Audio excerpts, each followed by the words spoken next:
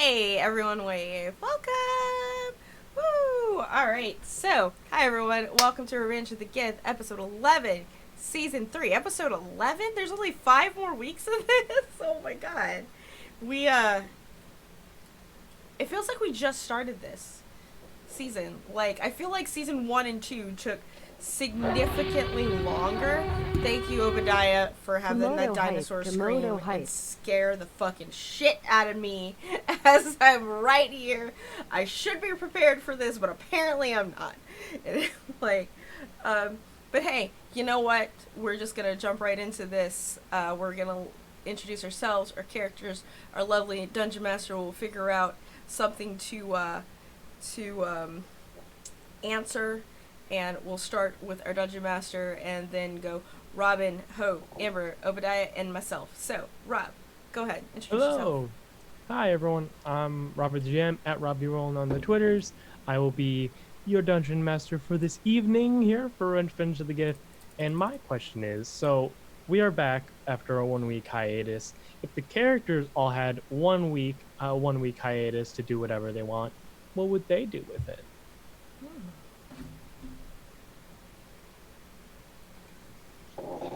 You're muted. Right. Hello, everyone. I'm Robin, and I'm playing Proserpina, the Tiefling Arcane Archer. Let's give her a 1 week hiatus. She would do a lot of practicing. She might actually try to take up woodworking to maybe make her own bow. So that way she could then have something a little bit more personal. Maybe learn how to carve things to carve little symbols of her journey. And write lots of letters to people. And get Honguzi to take her shopping. I don't ship it. Like, I'm not on this at all. Like, not whatsoever. Guys, I hope I played Chatter, the Firbolg Circle of the Shepherd Druid. If he had a week hiatus, he would probably just chill in the wilderness and make some new animal friends and avoid interacting with humanoids as much as possible. Okay.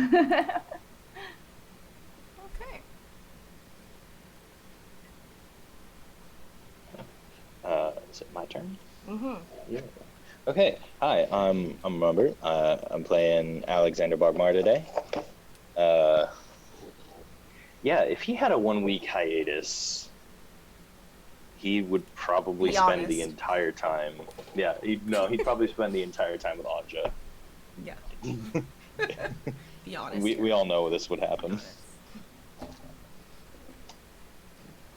Hey everybody, I am Obadiah Harris, playing Hong Huzi, the half-drow warden extraordinaire, and if he got a week off, let's face it, if we're really lucky, we would find him again in Vegas, and he would still have his pants.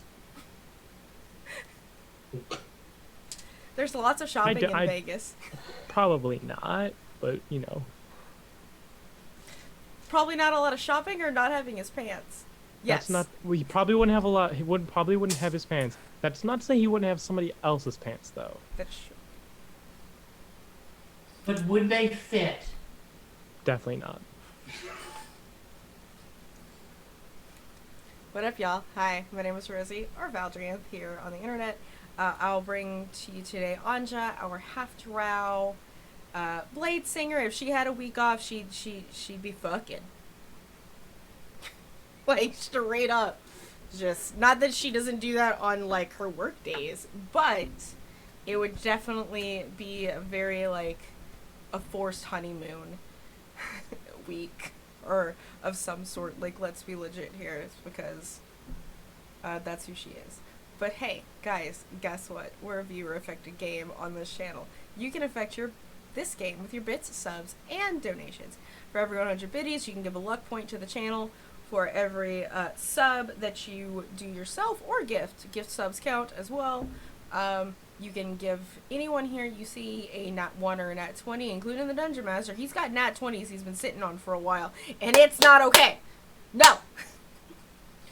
And then, of course, with with your money, with your straight up donations, the more you give, the more crazy you can do this, the more we'll comply. Of course, at DM's discretion, you can just make shit happen.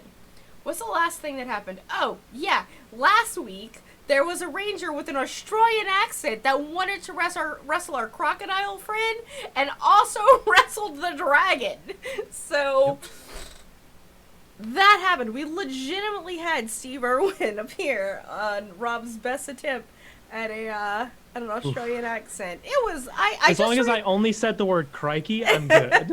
I rewatched the episode today while I was getting ready. I had it in the background to refresh my memory. You did fine. It's fine. You did okay. But without further ado, Rob, please take us away on this wonderful adventure. All right, welcome everyone. We are back into the world of Oriol, which a year and a little bit more than a half ago at this point, the Githyanki invaded, shattering its relative peace and tranquility for a world of martial law. The Githyanki came saying that they were here to wipe out the Illithid Mind Flayer threat, and to do so had to first get all of the Drow, Duragar, Deep Gnomes, all the people that lived in the Underdark, where Illithid also live, out, expanding the population of the surface world and also creating a kind of surveillance state where the Yankee, aware that those Illithid could have gotten out with all those people they let live, has set up a martial law. However, we're not worried about that quite yet, as the party is actually investigating other aspects of Githyanki activity. Through multiple visions and first-hand experience, the party has learned that the Githyanki aren't just messing with the material plane, but others, including the Feywild, and possibly now even the ethereal and possibly the divine realms. And so, having learned a location for part of this disturbance, the party has begun a cross-continental trek, stopping in a couple locations to help fight some slod threats, stopping to make some deals with probably not a hag that likes to deal with dreams, and for the past few episodes, been talking and dealing with a tribe of former dragon cultists, the Vernai, having met who is at least one of the wives of George Bogmar, the blue dragonborn head of the Vernai tribe council. The party then began a bit of a downtime. In the meantime, though, our two druids teleported via plants across the realm to the home swamp of our good lizard folk crocodilian druid friend. And we'll get to the recap of what happened there when we talk to Chatter here, but instead we'll continue while the rest of the party waited back, attempting to help as they could through sendings and scryings and information gathering. They managed to have a fairly restless day while the other two druids were off in the swamps of Throck's homeland. And in fact, Alexander had an even more restless day, learning as in his attempt to get his mother, an angel, to assist in the rescue of their druid friends, had to make an extremely difficult choice, learning that there's some kind of barrier or problem with the divine gate, the connection between the material plane and the divine realms where the gods and angels reside.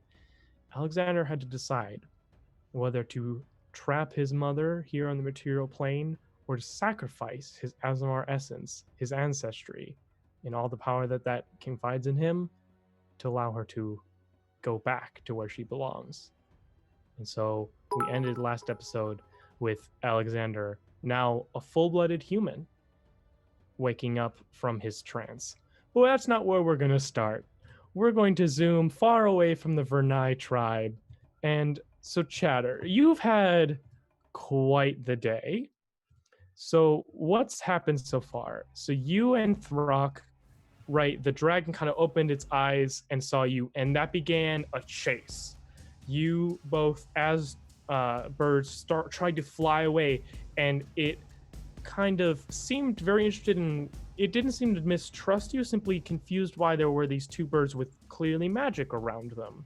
And so, as you began to fly further and further away, it became more and more interested until the such point as it began to fly after you, its massive bulk almost knocking you out of the air with just the displacement of air. It briefly caught you both and began flying you towards a Githyanki ship, saying that the wizard would know what's going on with this.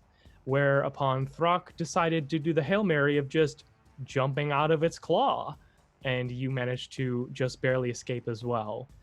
This began a game of hide and seek, but very much pumped to 11 with a dragon and Githyanki searching the swamp for you both. There was a time where you were about to be, and the main way you got away from that dragon is, of course, some kind of ranger or survivalist in kind of khaki colored garb tackled the dragon for a brief moment, giving you all, both enough chance, being surrounded by a wind wall, to escape.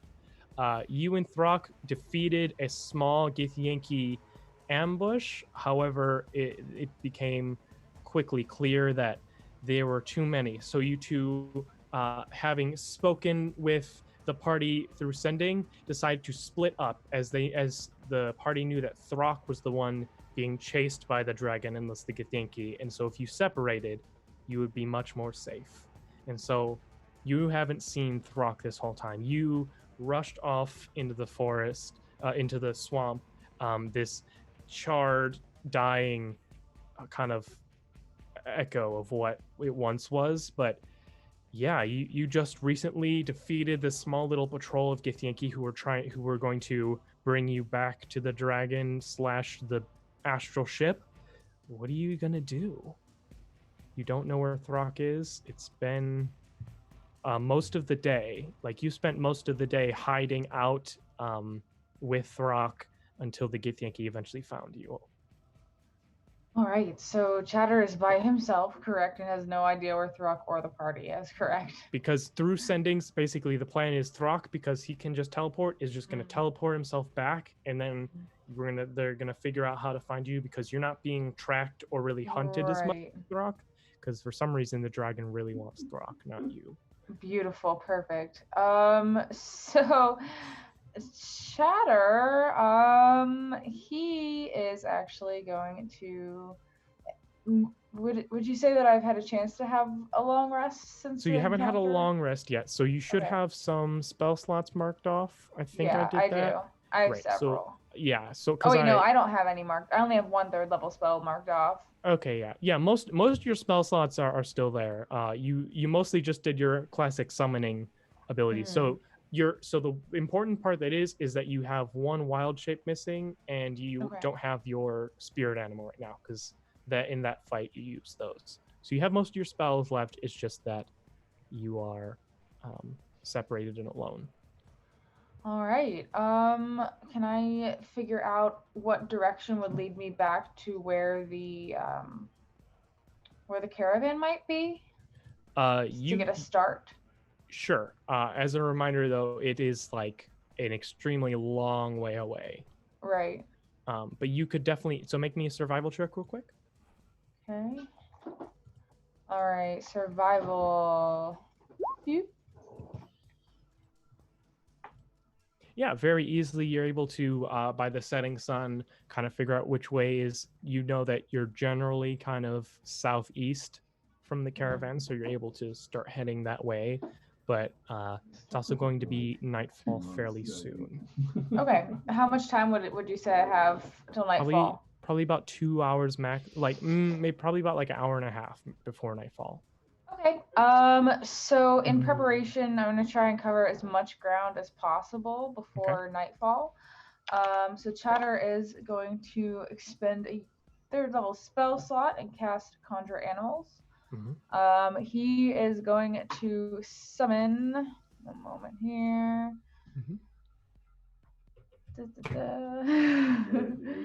All right. Congrats. Let's see here. Something big and or flying. Let's see.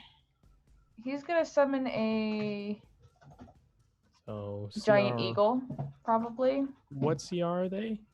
They are. I'm just gonna try to find. Giant eagle is CR1. Okay, yeah. So you could summon 2 of them if you Yeah, like. so he's gonna actually summon 2 of them so Okay. that he can ride on one for a while, and then when the one gets tired, he can Yeah. switch to the other one, and that'll be active for an hour. For sure. So my question is, how close to the treetops are you going to fly?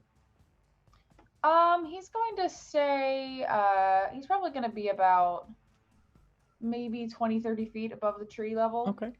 So I will say make a stealth check with your giant eagle at advantage as you Cool. begin to fly above the trees. All right, let's see here. The giant eagle. The dex is +3, so Mhm. let's see.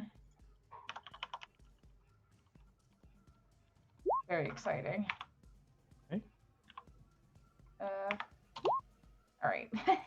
There. So There we 16 go. is your best. Great.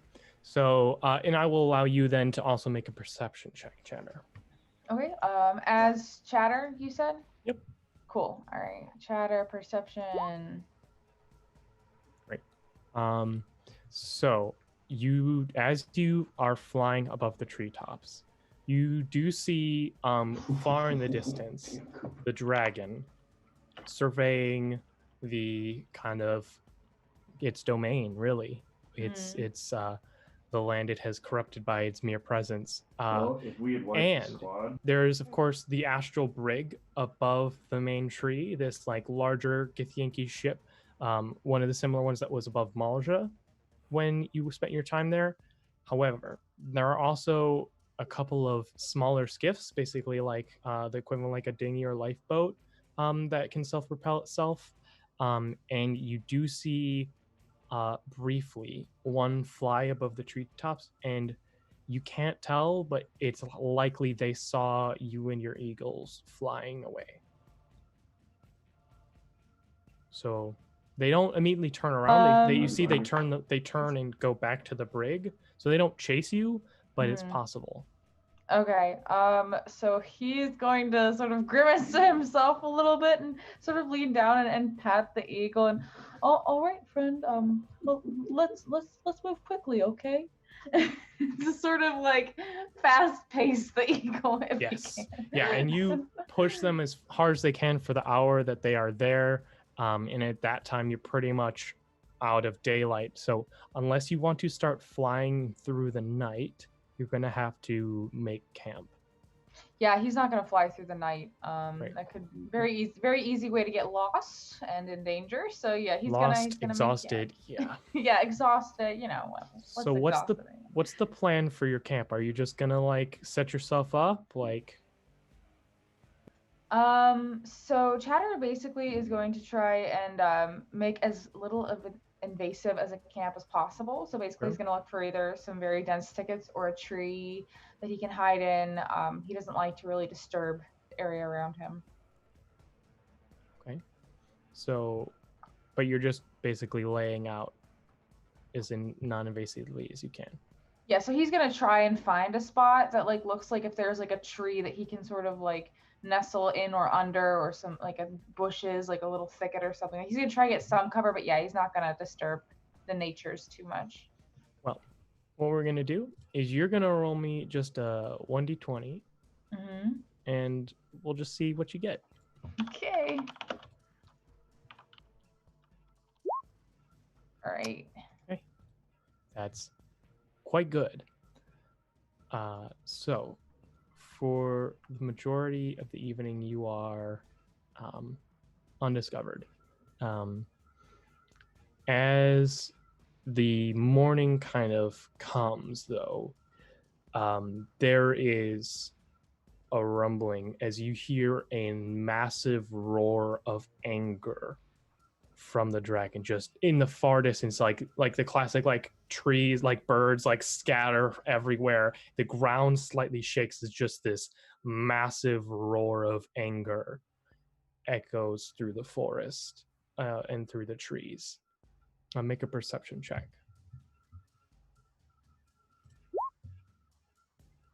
Okay. I'm actually gonna use a luck point. Please do.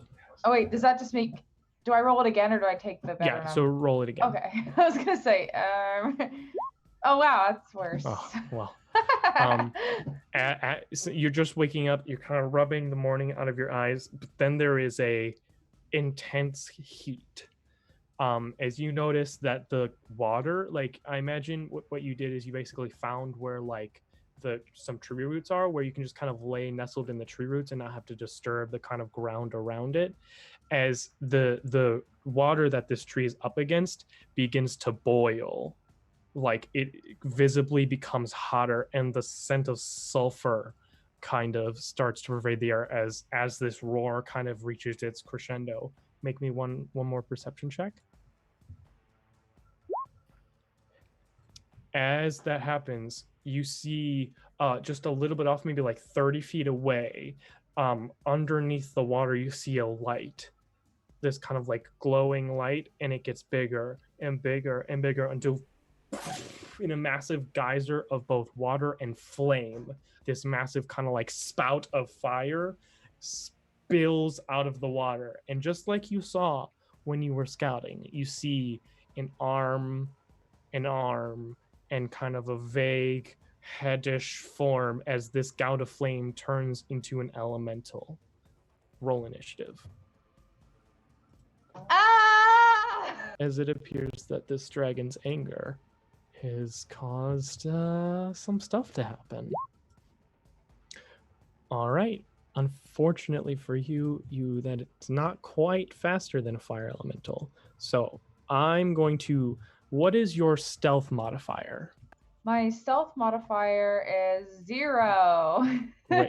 So I'm going to call this, in the interest of fairness, a just DC 10 perception check for the fire elemental, because you didn't really take much motion to stealth yourself up. That's fair. That's fair. So, luckily though, you're not surprised as you got a good perception check. So it beat that. So you see this elemental kind of see you and fly towards you. And it's going to make 2 attacks on you. So there's going to be a 20 to hit and a 17 to hit. I believe those both. Yeah, great. Okay, so you will take a grand total of 9, 10, 16 points of fire damage. And you are currently ignited as this thing flies up towards you and slams into its 2 kind of vague, kind of almost like kind of pseudopod-like arms, just slams into you, and you begin to, like, your clothes start to alight, your kind of furish, like you have a bit of like fur on your skin, I believe, like begins to start singeing. What do you do? Chatter sort of like staggers back and is a bit panicked. He has sleepies in his eyes still, and he's just kind of like, oh dear. He is going to cast Control Water. Okay. And he's just going to put his arms out and just beckon, like, command the water to rush up and sort of tidal wave up over the water elemental to sort of douse it. The fire elemental, rather. Yes, that is so good. I love everything about that. Yay. So I'm going to say I'm going to make a dex save. So let me see here. I believe if you just kind of do the ability, we'll kind of just do this kind of almost like the whirlpool ability. So what's your spell save DC? 17. 17? Okay, so it fails. So why don't you first off roll me 2d8 bludgeoning damage. Cool. D8. Yeah. Amazing. So 14 bludgeoning damage, and then for every 5 feet. So I will say basically this is like, it would be about like a 20-foot wave. So it will take I will say for every I'll here just roll me 3d12 for cold damage. because I'm not about to calculate how many gallons of water. Great. So I we'll just take. love that I love that you're rolling with it. That makes me very happy. So you will take. It will take a total of 34 damage as you throw this wave of water through this creature, and you see, it begins to and like you see, it probably would have taken a little more if it were not for the fact that the water is also boiling and like sulfurous, but still you see it like slightly extinguished by this. However, as the water finishes its course, you see kind of like this kind of duller reignite itself, still furious and coming for you. Anything else you would like to do? No, that's gonna be it for now. He's gonna hold his concentration. He's gonna try to hold his concentration on the water and just keep the. Yes. Also, at the start of your turn, you took 3 damage for being ignited. That doesn't do for concentration because it's at the start of your turn. So, then it is going to be the fire elementals go again. So, we have 2 more slam attacks. As actually, so this first attack, it's going to make a grapple check. So I need you to make either an athletics or acrobatics check for me. All right, I'm gonna do athletics. Great.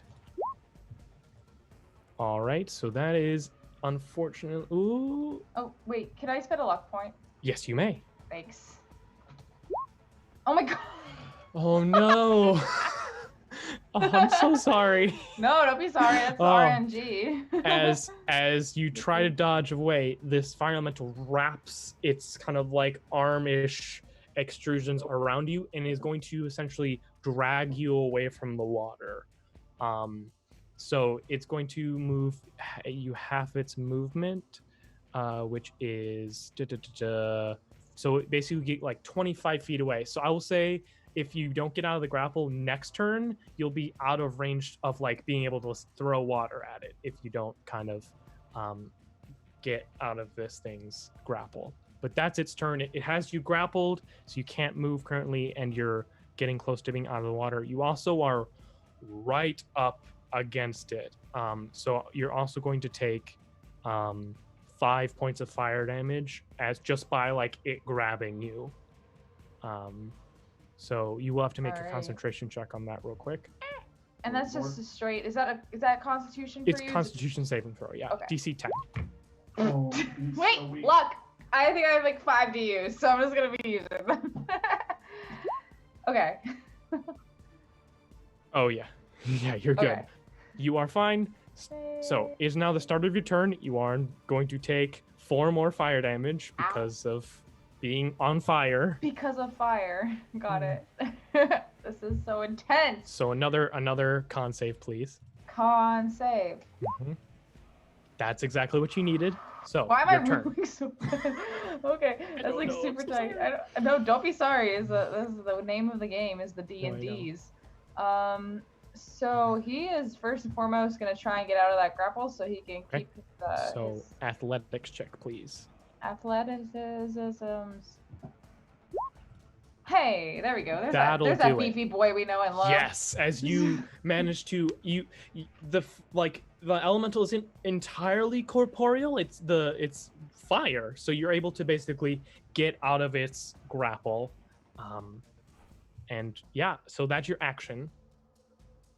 Let's see. Would manipulating? Let me double check. It If should controlling say in the water, spell, let me continuing to do stuff would be here. As your action on your turn. As my action on my turn. Or All right, is so an I can action. still But keep you concentration can cast on a it. bonus action spell or do bonus action ability. You have had a long rest since. Yeah. Yesterday, Okay. so. Very cool. So he is going to use his bonus action ability. He is going to. Oh, can I do this? What is this? Oh, yes. He's going to use his hidden step, which I've never used for him. Oh. As a bonus action, you can magically become invisible until the start of your next turn, or until you attack, make damage, or force someone to make a saving throw. Very nice. As you use your bonus action, you focus your furball kind of internal magic. You've been in contact with the Feywild for so long that you just completely disappear out of sight.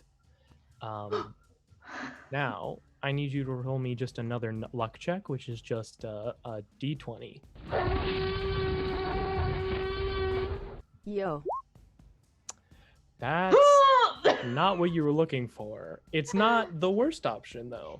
So Could be probably about 200 feet away, you see another geyser erupt and another fire elemental appear. You are still invisible though, so that one just kind of starts moving around. It's not quite out of visual range, so it might eventually spot you once you're uninvisible, but currently you are not seen by. But there is another fire elemental here. The one near you is not smart enough to really hold its attack, so it's going to essentially just swing wildly about and is gonna probably miss you, but it does technically get a chance to try and hit you. Yeah, no. Doesn't do better than a 12, which even with your fairly low AC does not hit you. So it's The miracle. Disadvantage. It can help, folks, as it just kind of wildly swings its arms around trying to attack you. At the start, it is now your turn. At the start of your turn, you drop out of invisibility. Yeah, and you also will take 2 more fire damage. So make another con save. Okay. I have a quick Concentration. question. Yes. So whenever I turned invisible, that was my bonus action. Would I Yeah. still have a movement from that? Yeah, turn? you could move Okay, 30 feet away cool. from it. Yeah, because he would definitely. So definitely it misses that. So yes. Okay, cool. So he's gonna move like away from both of them, so Yep. he has like some space between them. Yeah. And once he gets away from them, he knows that this is a very dangerous fight, and especially now that there's a second one, he is going to spend wild shape, and he is, let's see, he's gonna turn into he's worried about those Gith. Yeah. He's worried about those Gith chasing him, so he is going to wild shape into something different. I just have to find what that would be. He's going to wild shape into a deer. Those live in the forest. Sure do. Actually, can I do a giant elk? Oh, no, wait. Yes. Can I? If you can CR wise, you can only be CR1 or lower. Oh, right. Because you're not giant the elk is a 2. fancy So let me see. shape-shifting So- kind like Throck. So I'm gonna do. I will just say trying to you get also best like movement. the fire elemental that was initially fighting you still sees you as well. Okay. Like So I am because gonna you wild only shape. got 30 feet away from it. If you want Right. to try and stealth from it, that'd be your action to try and like Mhm. run away and like because with your movement now you'd be 60 feet away, so Yeah. you could use your action to try and hide. Otherwise, like it's gonna be able to spot you because you're only Yeah. 60 feet away. Got you. I understand. Oh, So he is. He's going to use his action to wild shape into just a regular elk. Okay. As it has a movement speed of 50, and then Sure he's does. just gonna like run for the Okay. hills. Yeah. So you are 80 feet away from it. Yeah.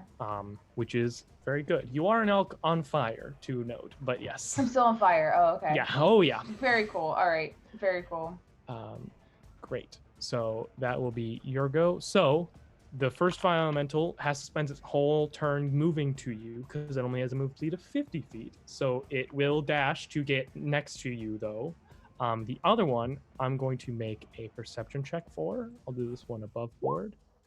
So it does not spot you. So you are 280 feet away from that one. So I will say if it doesn't notice you next round, it's probably going to miss you.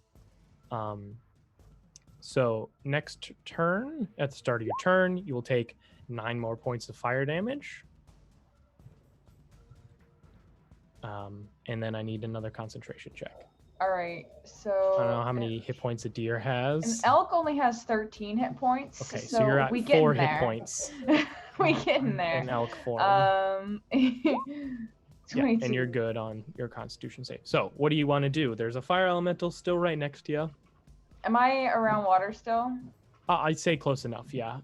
I mean, this is a swamp, so it's hard to not be close to Right. water, unless you get really far away from it, because you were in the center of it. So Right. So he's gonna actually double move as the Okay. elk So he's gonna it's going try. He's just it's- gonna try to scramble away. It's going to take an attack of opportunity on you. Oh, I got eyes on. That's an 18, which I'm pretty sure hits an elk. Dude. All right. As Val. you bound away, this thing swipes at you, and you manage to just barely kind of leap over it. And like slow motion. exactly. I was bound muted on over. OVS, but I opposed a nat 1 onto Rob. The Exactly. one that Hey, yeah. if you subscribe, you can give me more of those nat ones and prevent Yep, all these yep. nasty things from happening. So- So you are now 100 feet away from this thing, which you know is about how fast they move. I got a shit load of ammo. So Pretty speedy. yes, you both are. So Yeah. that will be your go. So I'm gonna roll this one above board. I'm gonna say 15 or better, and that elemental's gonna see you. All right. Now you are 380 feet away, so it's gonna take a long time. And if you keep dashing like that, it will never catch up. But it could become relevant that there is a second one chasing you. The other one is going to get immediately near you. Future us So- problem. Yes, exactly. That's just a future chatter problem. Don't worry about it right now. Yes. So you are there, and it is now the start of your turn again. You take another 8 fire damage. Deer is down. We are having is down. some venison tonight. All right. So you will take 4 damage as part of chatter Right. because you only have 4 left. Yes. A con save for control water. All right. Okay, you're good. So what are you doing? So chatter, how deep is the water here around me in this swampy part? Roll me a d20. See how lucky you are in this moment. Oh, please, Timora, be on my side. It's deep enough that you could probably be fully submerged. You're like top of your head because you're very tall would be poking out for you, but if you shapeshifted into something, you could definitely get fully submerged. Cool. Very cool. All right. So if I have a quick question. So I know I can maintain concentration on control water as I am wild shape, but can I use it? Yes. Beautiful. So That's the cool thank part you about very druids. much. Thank you very much. He is going to wild shape once more. Is the creature, is it on me? Oh yeah. It's Because on me. you Okay. both It's all have up a in my 50-foot stuff. move speed, so Okay. it's all up in your grill again. Up in my grill again. I love that. Beautiful. Me Beautiful. too. I know. And bless Chatter for being smart and not wanting to fight these things because he will die. He is going to. I'm just looking at my monster creature options right now. Okay, so he is actually going to wild shape into a reef shark. Okay. In the water, which has a 40-foot swim speed. But Yes. can I use my control water to create a current for myself so I could So swim you could- even faster? You could on your next turns, yes. Oh, okay. So there are a few things that need to happen before we do that. First off, you need to like get to the water, so you're gonna get an attack of opportunity. Because you weren't like So Ow. that's an 18 to hit you. So this is before Oh. you shapeshift. So Okay. you will take 15 more fire damage or 14 more fire damage as it swipes at you as you leave its kind of domain. And then do you want to shapeshift as you jump in or jump in then shapeshift? Shapeshift as I jump in to kind of Okay. get that like initial movement, I think. Okay, so that is relevant because as you might remember, the water is kind of boiling in the swamp. Oh, So yeah. good news, bad news, you're no longer on fire, but you will also take 9 points of fire damage as you are now a shark swimming in boiling water. Hot water. Ow. Hot. Yes. Okay, because a reef It's- shark has 22 hit points. Okay. So you now have 13. Now I have 13. Very cool. Beautiful. Yes. I love it. Thank you. Thank No you, sir. May I problem. have another? Yes, now that is definitely good for you in some ways though, because those elementals are definitely not going to follow you. You very smartly figured out. So that is now it's the question of at the start of your turn, as you take 10 more damage, as a reef shark. So you have 3 reef shark hit points left. Big three over here. What are you going to do? So yeah, now he's in the water, and this hot water is like boiling his gills. He's gonna start doing that control water to sort of create this current that's just going to. It's like being on the people mover at the airport, basically. Yeah. In the water, so. 100%. He's gonna zip away from them as quick as he So in for this, so I'm going to say that you just basically jet away from these fire elementals, and Hell yeah, I love it. just like a rocket out of there. So that's that round. Now at the end of are you going to try and get out of the water by the end of that round, or are you going to stay in? Because like you use your action and your movement to like shoot yourself. I'll say you basically get like 120 feet away. Yeah. Using your control water and your movement, like boom, just accelerated through. Now the question is, are you going to like, because you can just drop wild shape for free basically. Yeah. Are you going to then kind of like flop out of the water onto land, or are you going to stay underwater? He's gonna get out of the water onto the land. He doesn't need any unnecessary boiling. Sounds like a plan. Great. So yeah, you don't see those fire elementals at the current moment, so we're semi out of initiative. What do you do?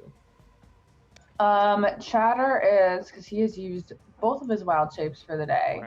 Correct. So he is, let's see, he is going to summon things, what he does best. He is going to cast Conjure Animals. He is going to summon, let's see, he's going to summon some elks because they're fast, and he can summon many of them because they're a quarter. So 8 beasts of 8. So he has a herd of 8 elks that have appeared, and he is going to let's see, their strength is a 16. So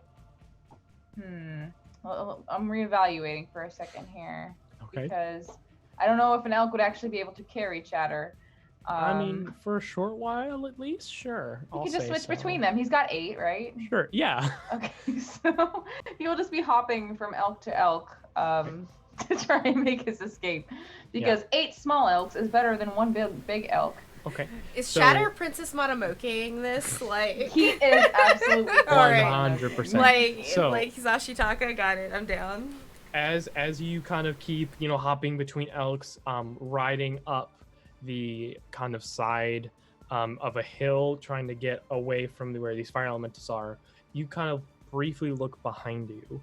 You see just inferno, just so many pockets of flame are all around this swamp. Like what happened near you happened dozens of other places when this kind of giant roar went out through the swamp. You see just these trees all around the swamp, just a light burning, and you can see just barely, first of all, you can see the dragon kind of like almost literally fuming in the middle of the swamp. You can see just briefly through the tree cover, the water near that tree is evaporated. Like there is now a dry kind of bed in the middle of the swamp. And make a perception check. Oh.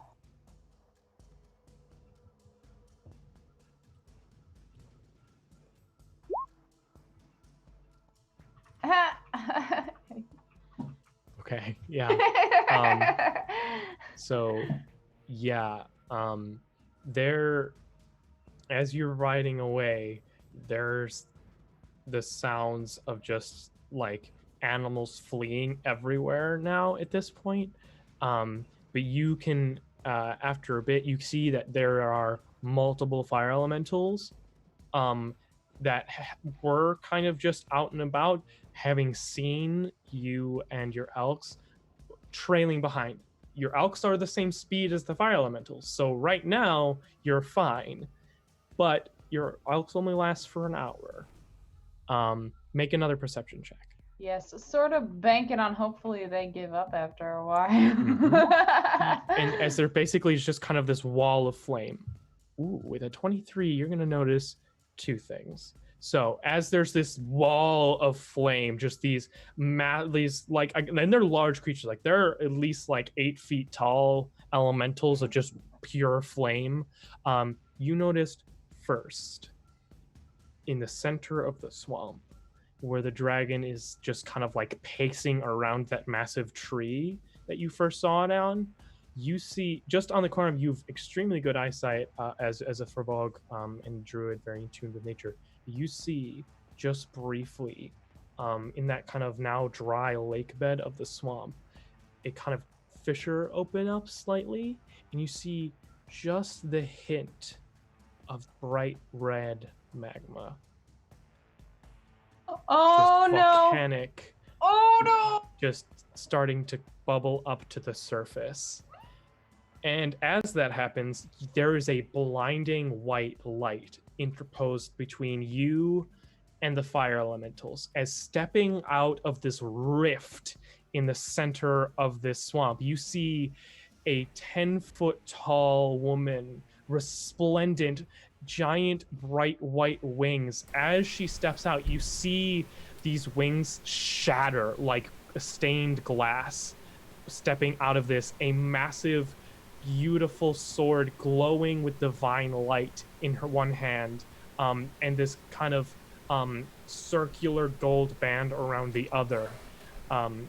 She regards you and simply extends her hand, kind of beckoning you towards her.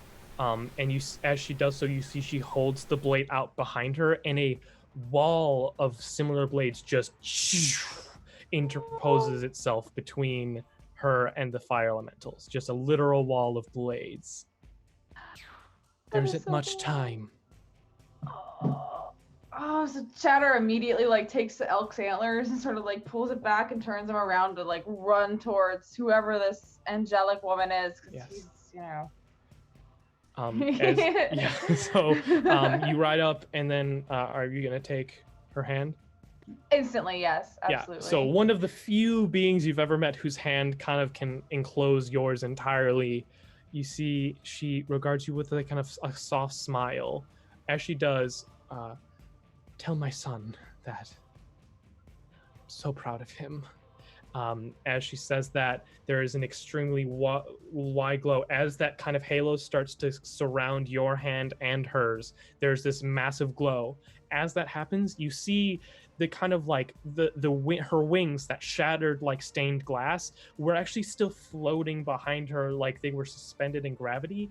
You see them come back, reforming themselves on her back.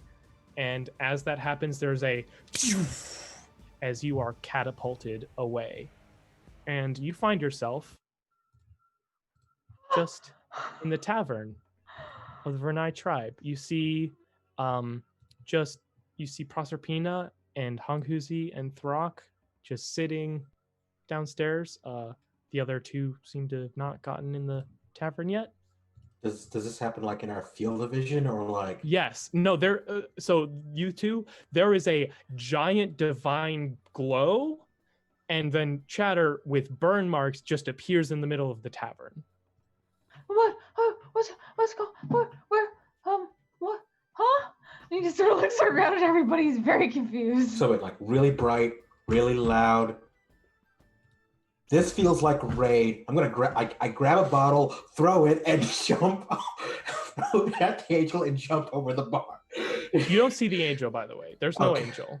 Okay, so like I just grab one, I just throw it at like the bright things, like fuck, it's the cops. I got a book, and like jump over the bar.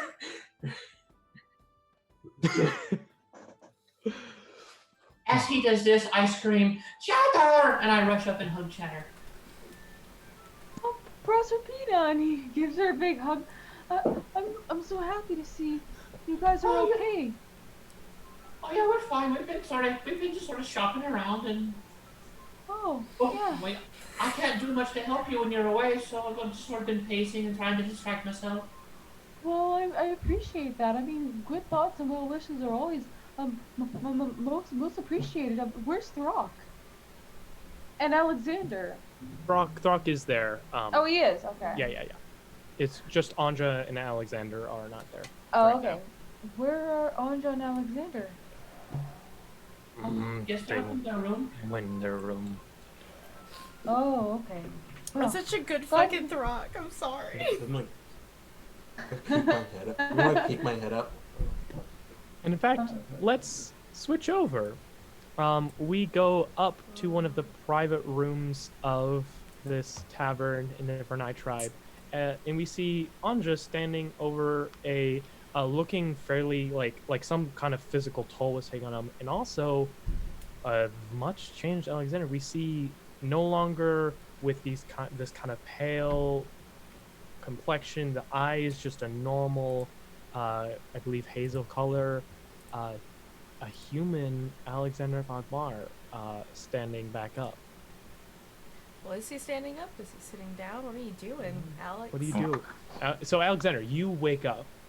You are not hurt, but you expended all of your magic, and you are like physically tired, but not so much that you can't like do anything. So he kind of just goes to stand up for a second and just snopes right out of that. Just stays where he was sitting. I'm gonna like Kind of just. attempt to keep him from falling down. But I mean, despite the fact that you're human, you're still got a foot and a half on me. So, like, it's like, maybe don't, maybe don't stand up so quickly. You kind of. You didn't tell me that you were a ginger. Yeah, it's been a minute. I didn't know I was ginger. I've forgotten about it at least. Are you okay?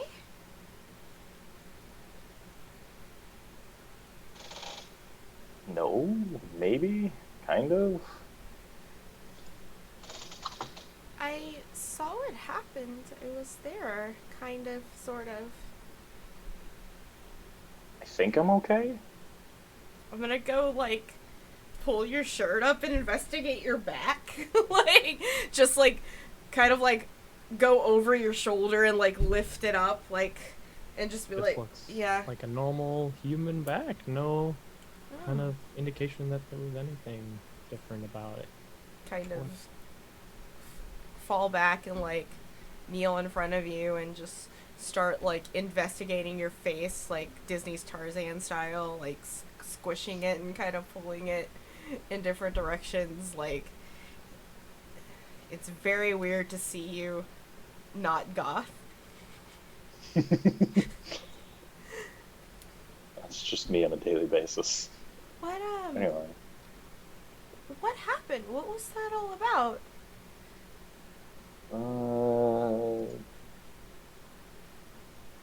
So basically, I had to help out my mom a little bit, make sure she was able to get home.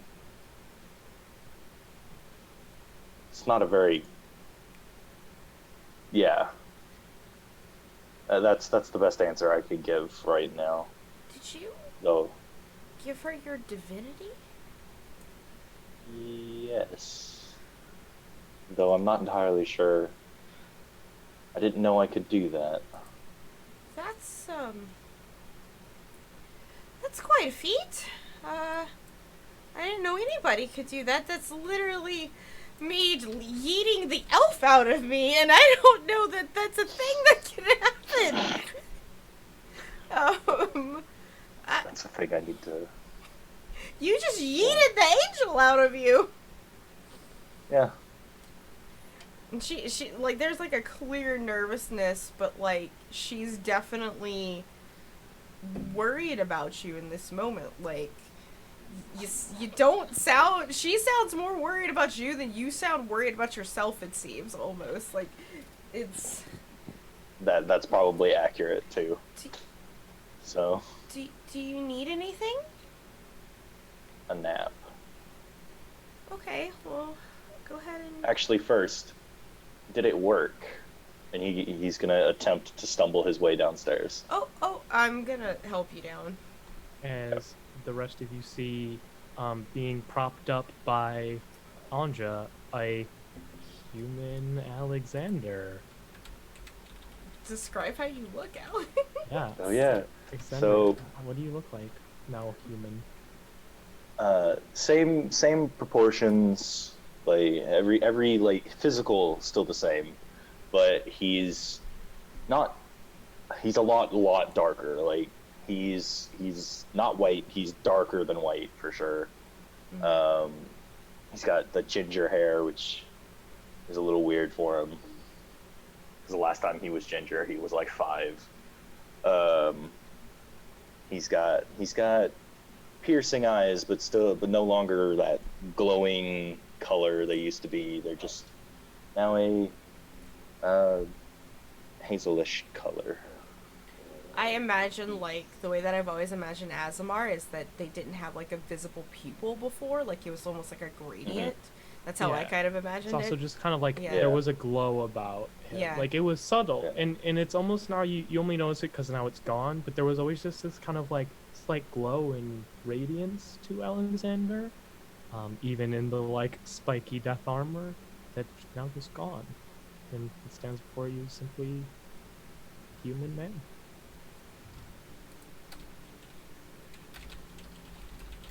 He's immediately looking around to see if Chatter's there.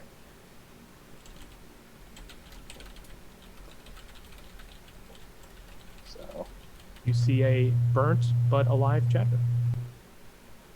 Hey, you look different. Shit. that's, I think, the understatement of the year. And Alexander's just gonna go up and try to hug Chatter. Just Aww. Oh, is this some kind of?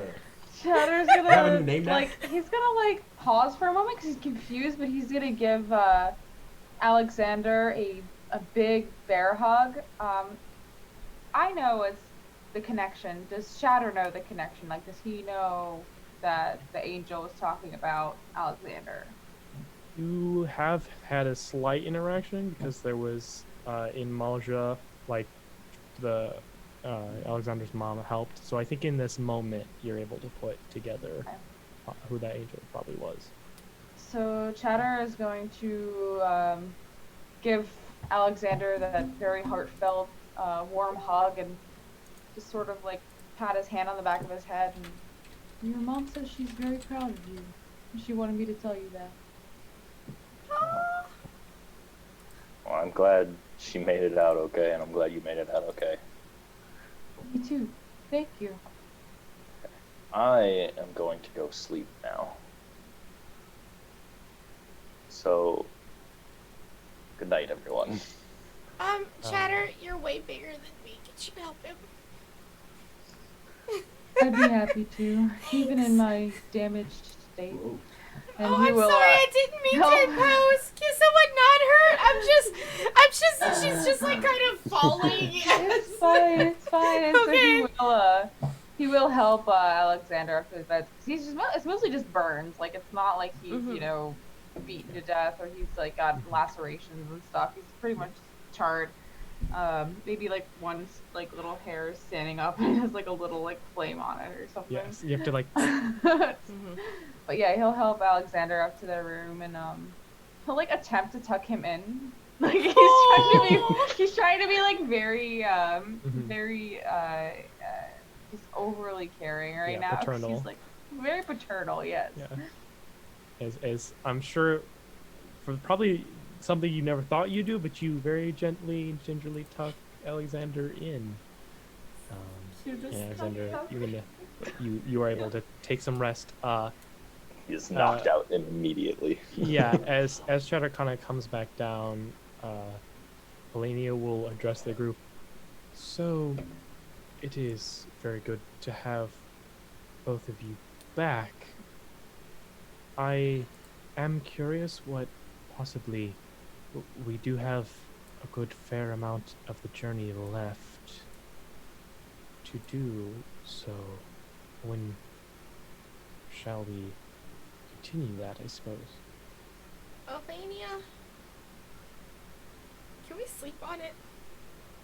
Yes, it seems that maybe that would be best. Thanks. Chatter If- just came out of the fire swamp, and Yes. yeah. Thanks. Maybe if you all take the day, I can go take care of some provisions, maybe even find a guide or someone who has a map.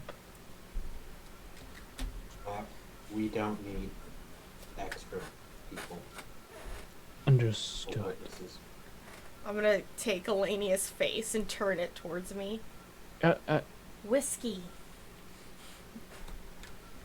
yes, what kind of Whole- food is that? It's alcohol, a whole bottle.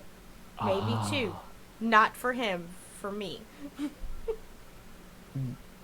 Here. That seems like an I'm gonna give him important a distinction. couple of gold, yes.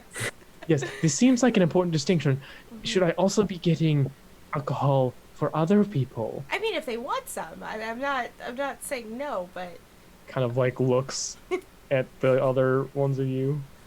Oh, I wouldn't mind some. If you got some, if you can spare some time, I wouldn't mind some. But it's okay if you can't. I believe I should be able to acquire some alcoholic beverages. it's good. Yes. It's for the road. It's to go because we're probably not gonna see people anymore. Yes. So I just want to make sure that we are prepared because at this point, like, Anja has already had someone just pouring her wine. Like, and like looks at Hunghoos. He's like, I'm really fucking sorry. But Not looking at you. So, it sounds like it's another kind of day of downtime. We know that Alexander and Chet are going to be, Rest, you yeah. know, resting off for very different reasons, very stressful and tiring days. Sounds like Andra's probably also going to just take the day off and just take she's the gonna time. wait on Alex hand and foot, Yeah, I essentially. figured. Yeah, just unless someone like needs her directly, it's Mhm. just Yes. there's- Throck's also taking some time to like find some very good food and just losing himself in that because he saw his home very, very destroyed. yeah. And so Elenia was going to wait on him hand and foot essentially after he's back from getting supplies. The other two, Hungzi, Prospina, if there's anything in particular you'd like to do in this kind of last day of downtime before you head back out, let me know. Otherwise, we will kind of keep One moving thing, along. I do have a bow and like yeah, Holmes is gonna like try and like hope like shouldn't be too difficult to get drag Prospina out, like just be nearby while he practices some with it, and probably like buy some arrows too because it's Sure. That's so cheap. I'm not even gonna like bother telling you prices. Like you can just get some arrows. Yeah. Like you just made a couple hundred gold. Like don't worry about it. So yeah, you just spend the time relaxing, taking some moments of respite. Which especially for Hunghuzi, like ever since you joined this group, we haven't really had much downtime at all. So any day you can have to just kind of exist. it's been like nonstop with these people. Yeah. Weird. Martial law does that to you, I guess. Wonderful. So, you all kind of go to bed, ready for a long night's sleep. Chatter. As you kind of drift off into sleep, you begin to dream, as one is wont to do. You are back in the center of your home forest, in that place of power, that connection to the Feywild, but you're not yourself. You see, you walk past a kind of perfectly still pool of water that you know kind of is littered around the area, and you see yourself as this beautiful, lithe, elven, but even more kind of exaggerated and beautiful. Like, make a as chatter, make a nature check. See if you've ever seen one of these before. you recognize you are a fae, like not just you are a fully some kind of fae. You see, unlike the normal forest, you can see flowing through the forest these wisps of energy, these kind of beautiful dancing lights and motes. You see where an animal stands, it's full of these multicolored lights, and you hear kind of a rustling, and in that moment multiple colors just flash up and then they solidify into one and it dashes away. What do you want to do as you stand near the center of the forest as this fey creature? I want to pursue after the lights that had Yeah. fled. Yeah, you begin to kind of flow through the forest. As you walk, nothing gets in your way, nothing kind of moves past you as you just glide through the forest. It's your feet don't seem to even touch the ground as you just alight along the energy of this plane, and you see the Allura, this beautiful plateau, the center of your forest, the connection, the actual physical place where the Feywild and material plane meet. You can see this beautiful oval, this portal in the center of it that Chatter has never seen, but this Fey can see as plain as day, just this massive, beautiful, like mirror-like surface. Very cool. And it came to the portal, and Yes, and you see it just kind of steps in, and there's just like a slight kind of like the surface of water being broken, but like thicker, like more like a mercurial, just woof, as it passes through. ooh, Chatter's going to, in this form, He's not. take a few tentative steps forward and put his front limb through. You step onto the plateau of the Allura. You see surrounding it its guardian spirits, the spirits of this forest, these massive things that Chatter knows as their kind of totems, the spirits they call upon in times of need, just fully realized, almost corporeal. They are so strong and present. As you step onto the Allura, you see beyond your sight. This is not a place of its own. There is a twin. Far in the distance, a darker twin. A mirror, almost. One cannot exist without the other. As you put your hand in, you feel something comes out of the twin. Something small. As you begin to enter in. Think on it for a moment before shrugging and moving the full way through. You begin to step through. And as you step through, you know that as you go all the way through, something has to go back inside the twin to maintain this balance.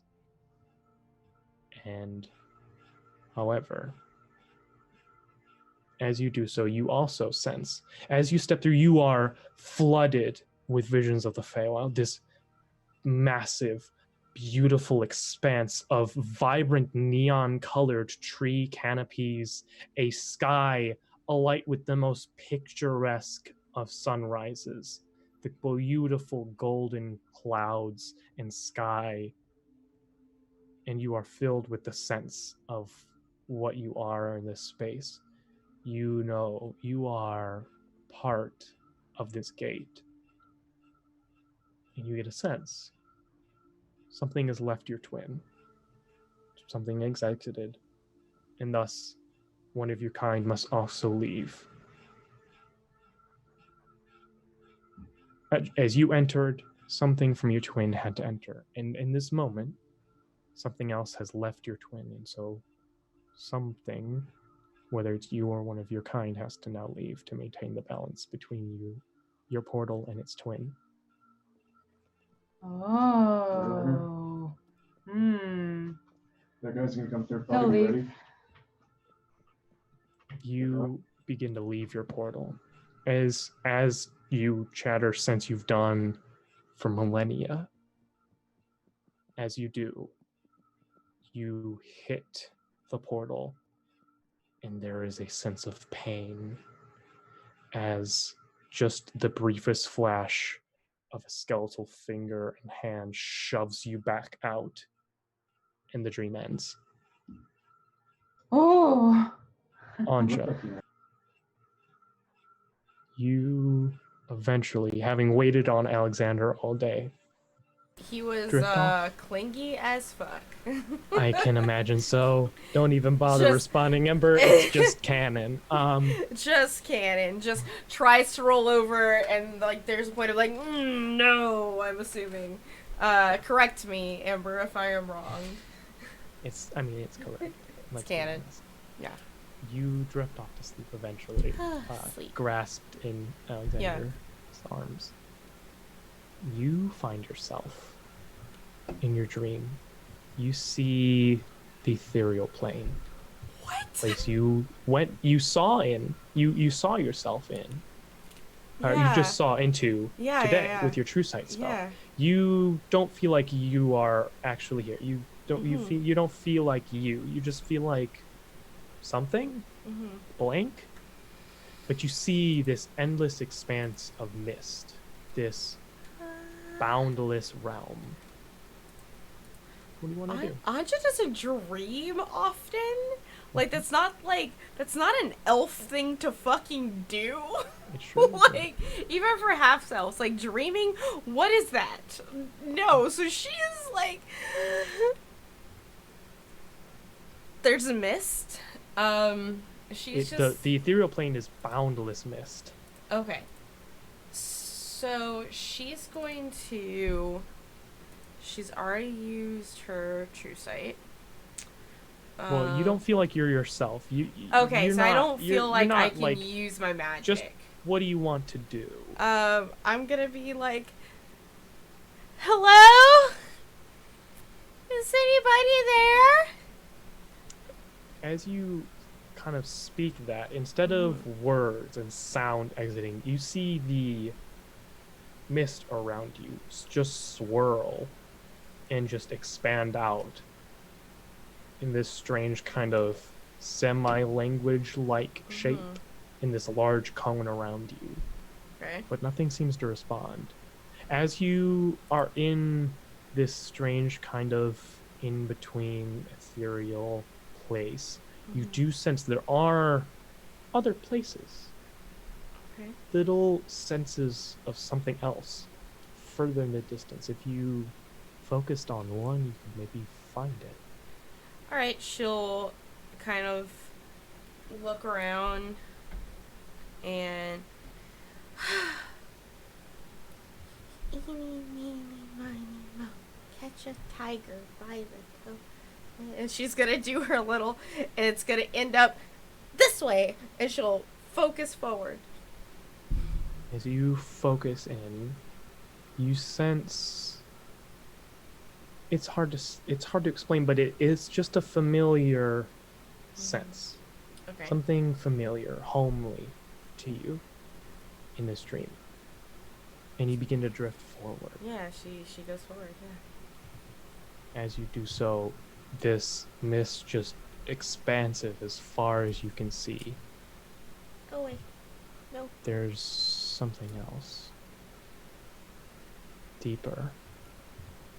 There's something as you see in the far distance this large gash, a opening in the mist begin to form. Such as Andra, you kind of remember seeing when you were in the ethereal plane, this large opening, a hole in the ethereal plane. And then you see another one. And as you begin to drift through, you can see a skeletal hand. Just the beginnings of an ornate robe. Do I recognize this fucking hand? You do. Oh my god. Dragging No. a skeletal finger through the mist, and where it does, it separates and disintegrates into void. You come upon what you were trying to get to. You see. You don't know what. It's this strange portal-like, but you know what it is. You know it's the material plane. This is home. Okay, yeah, I'm getting the fuck out of there. And you can see the void is almost entirely surrounding it.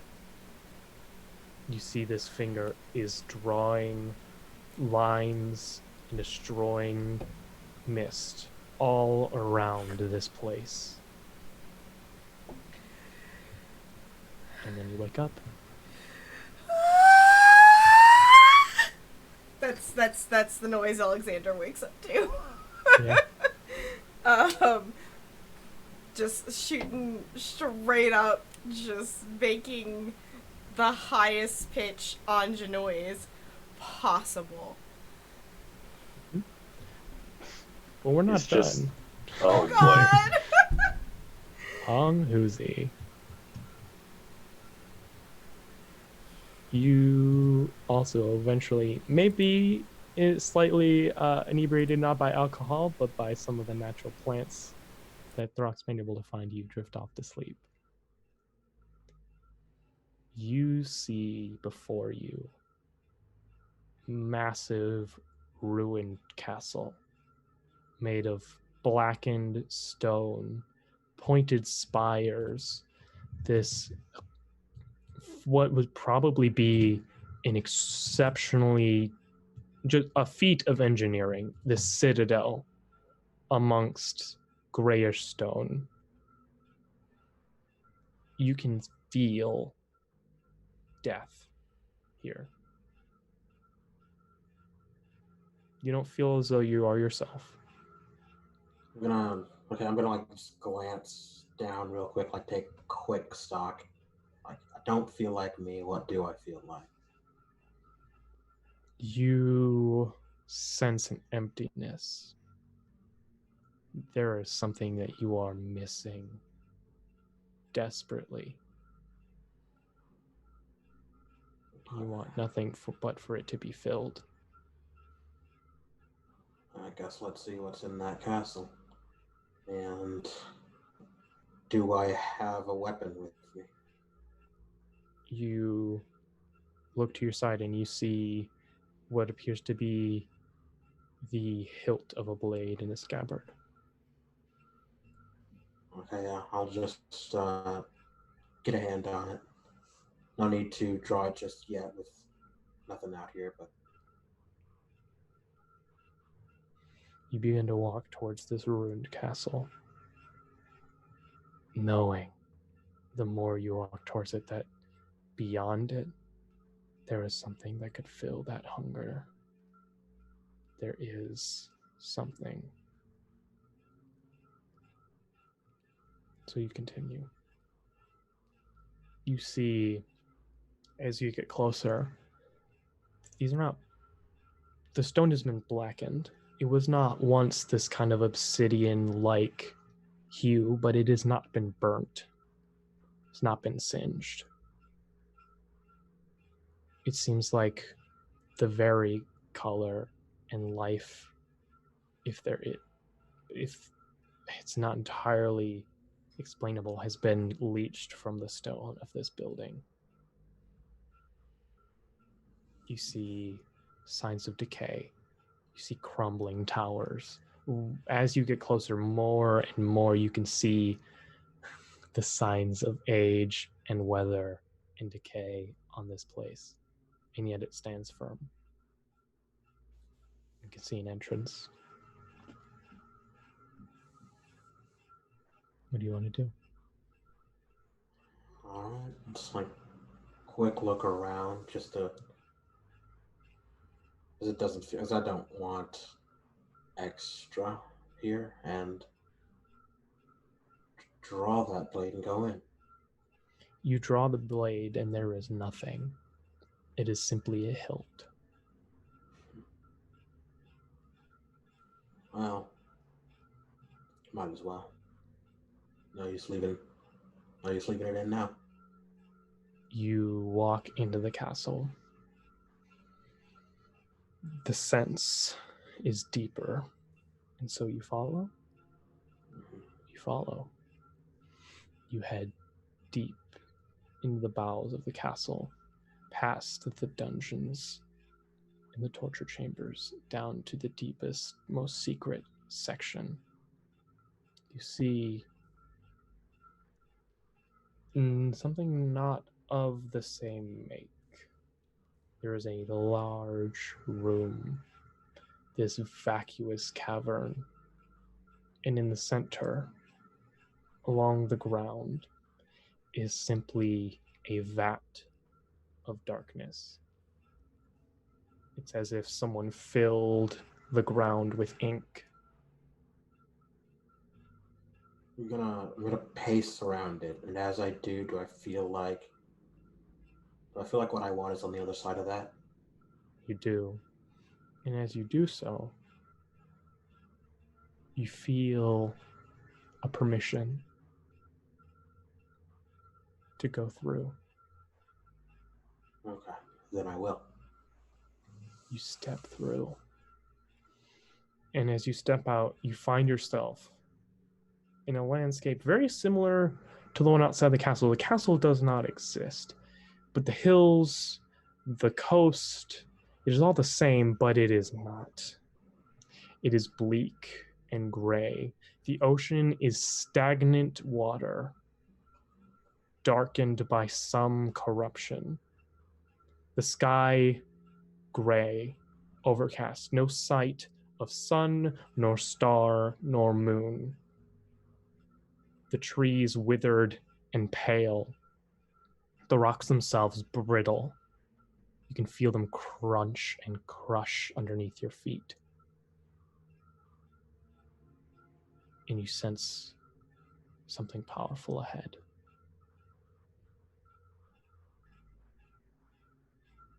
I'll approach it.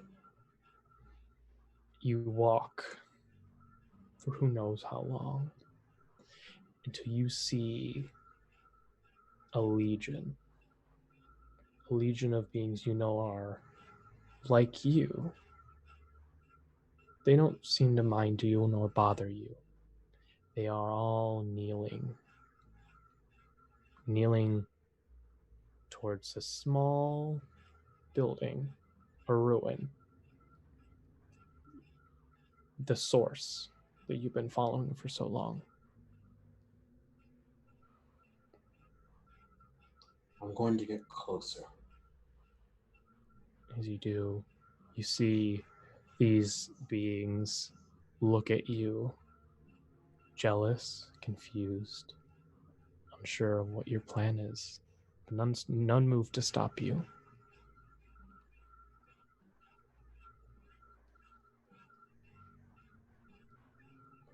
And I'll keep going. I'll keep an eye on. And what do they look like? These things like me? They look like what they once were. They once were probably humans, elves, dwarves, people of all different races of the material plane, but no longer does the vision of life have any purchase on them. You see pale, gaunt figures, taut skin, their bones peeking through their pale white skin, all the color of their once just gone, drained from them. All of them feeling the same hunger you do.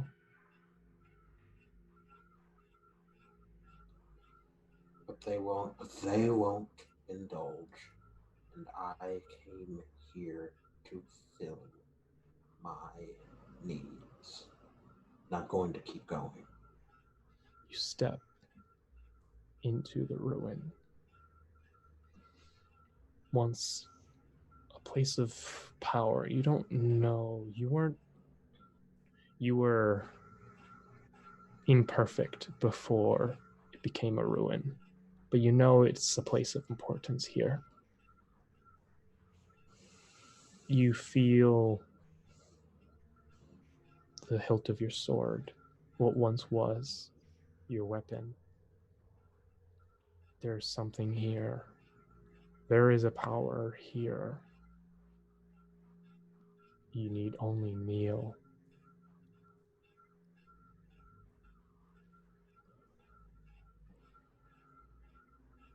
Will that fill me? You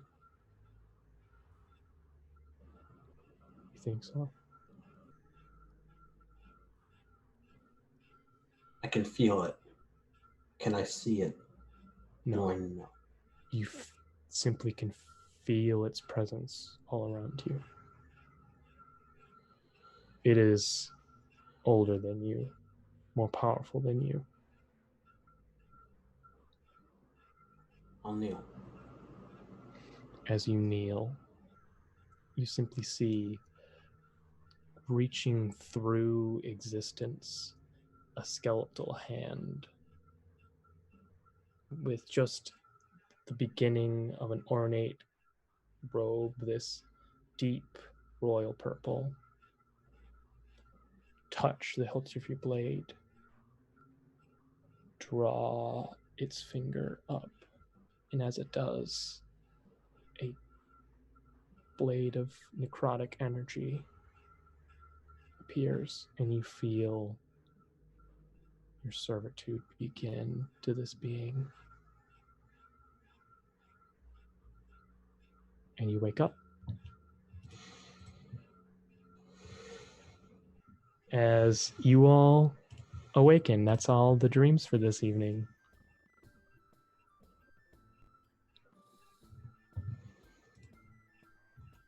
What y'all doing? I repeat.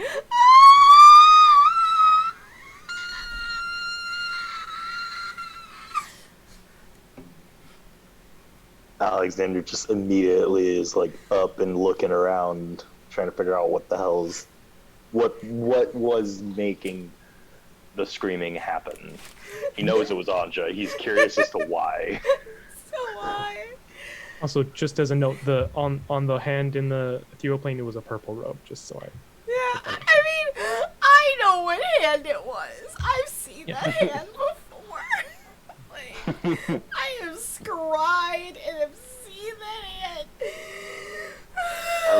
Are we getting a visit from our favorite no name?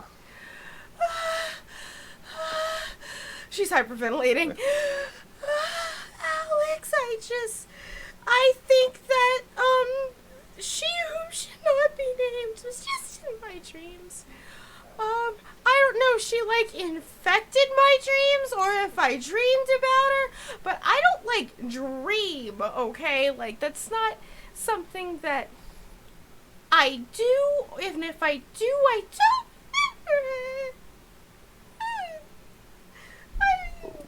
Okay. Well, that's not good. No!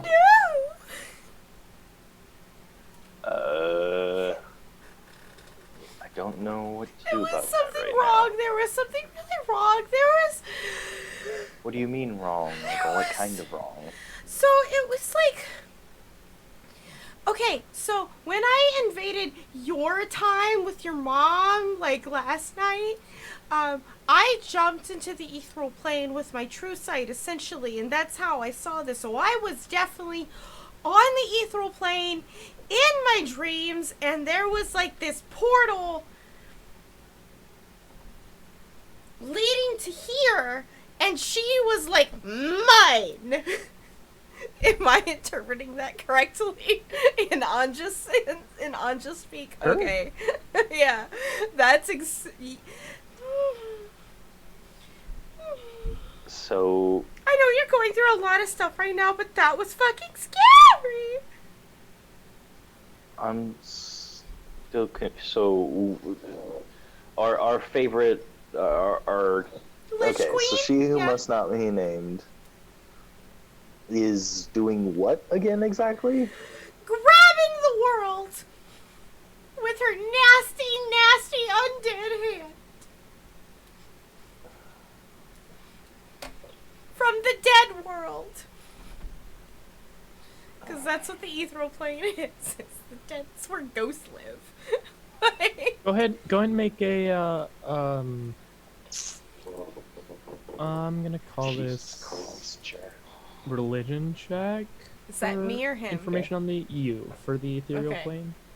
A What religion? exactly? Yeah, for like extra planar knowledge, I'll Yeah. say. I shall not- be right back. I did not bring my dice over. Go get Yes. your dice. It's So- cool. You know that while yes, sometimes spirits can kind of pass through the ethereal plane, that's mainly just because the ethereal plane is essentially just the connective tissue of the multiverse. Right. So it is what connects all the planes. Mhm. So it's less a place than all the other planes and more just the kind of road you have to take to get anywhere. Yeah, I just. So she's like. She's. I mean. I don't know if he's gone. That's the problem because he went to get his dice. So sad. Here, well, okay, there he's back. Okay, Okay. go ahead. So I think she's.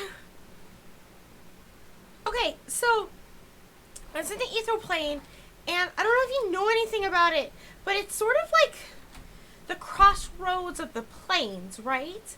So you'll see dead things there, but then you'll see like tree roots in there from like the world tree and that bullshit, and then you'll see like but it's kind of like just like these crossroads of all of, because you know there's more worlds than just our world, so there's just other worlds and other planes and it's where they all kind of like intersect, and when you travel planes and you shift planes, that's where you go before you kind of jump to the other one.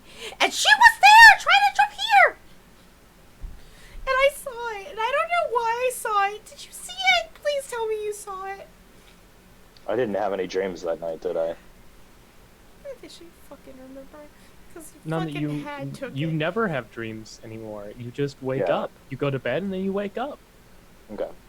As That's per what I the was making deal you sure, made, yeah. Which is also what happened to Proserpina tonight. Okay. I did not dream about it, but I'm not Well, sure if no! that's You just... did that bullshit with that elf lady in the fucking tavern! Of course you didn't dream about it. I'm sorry. Yeah. I'm sorry. I didn't mean to yell at you. I know you've had a really rough couple of days, but I just had... You had a bad dream. That wasn't a dream! I know, but what I'm That was a getting vision! at... How often? Okay, then... How often do you dream, Anja? Shatter You're not High! there yet. Unless you, Oh, sorry. unless I you didn't want to have realize. walked I thought- into their no, room. I thought we were Yeah, all yeah. together for some reason. No, She's this like, oh, is you all like- wake That'll up. be So I was soon. like, okay, That'll be never soon. mind. Yeah, Just this is like their bedroom that they share.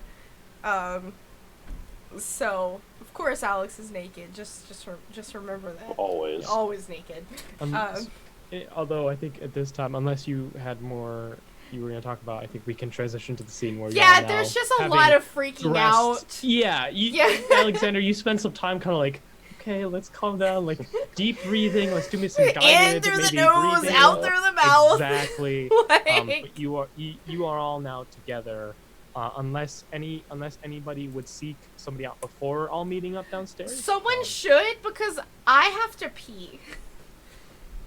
I haven't really eaten. I've had beer for dinner.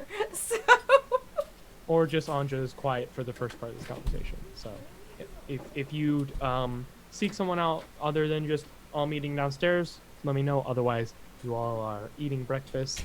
About half of the group, that being Anja, Hunghuzi, and Cheddar, may be looking a little maybe more rattled than normal. I don't know. You tell me, Hunghuzi, Cheddar, how you look.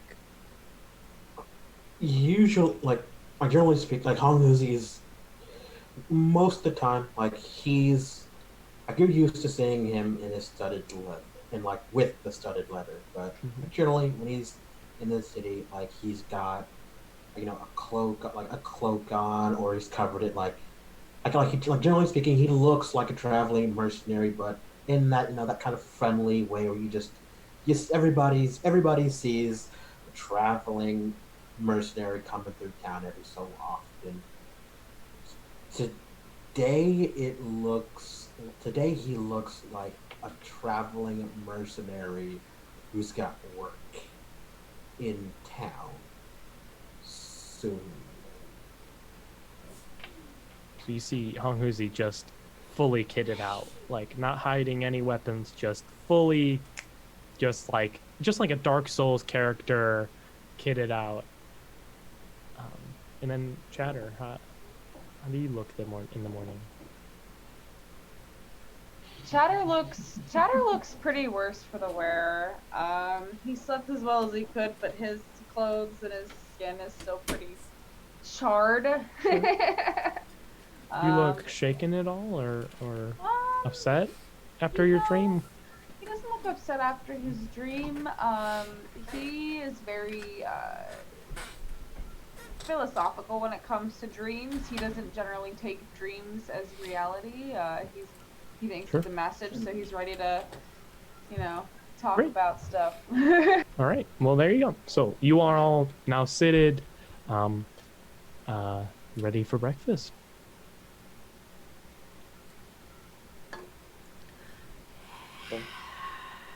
I think we need to go. I mean, after we eat, please. Yes, of course. Throck would not leave before finishing breakfast. as he just continues to shovel food in his mouth. So Throck's a stress eater. Elenia will kind of pass you all like some rations and just general kind of like traveling gear that he purchased. Also the whiskey that was requested. I hand it to Alexander. This is for you. So, big ass swig. It's our 1 month anniversary. I was not able to find a map of what we needed because they don't travel there. However, I was told that there is someone who can give very good verbal directions that should at least give us a good idea of the journey we must take. If I remember correctly, Alexander, you said that there was somewhere we also needed to go for you before going through the Underdark, yes? Yeah, I have a Something quick about little your errand to run. deity, yes? Yeah. Understood. So, once we are finished with breakfast, I think we can find... I have directions to the direction giver. Yes, that is how sentences work. So, whenever we are ready... I'm not sure about that. Listen, I don't speak common that well. I am from a different plane. Anyway. Yeah, I don't... Do any of us have anything to do here today? Nope. No. Persephone, you got all your dresses, right? What? I gotta go pick up... I I gotta go pick up my shit, sorry. We got everything we need, Proserpina. And if you want to roll against that lie, feel free to. I mean, as far as Hung Huzi is concerned, it is everything that you need, so is it really a lie? Also, Alexander, I'm going to say as part of Anja taking care of you, she probably got your like stuff from the blacksmith and all okay. that, so you're good. Oh, then he's kitted out then today. In his full plate that looks pretty much the same. Hung Huzi, it is you seem exceptionally motivated for travel today. Are you growing weary of the accommodations here? That'll do. So if the accommodations would do, would you not want to... No more questions. That was I am kinda unaware how to express what I want without questioning. So I suppose I shall Just state stop. what you want then. I desire elaboration on Hung Huzi's part. Um, And or clarification.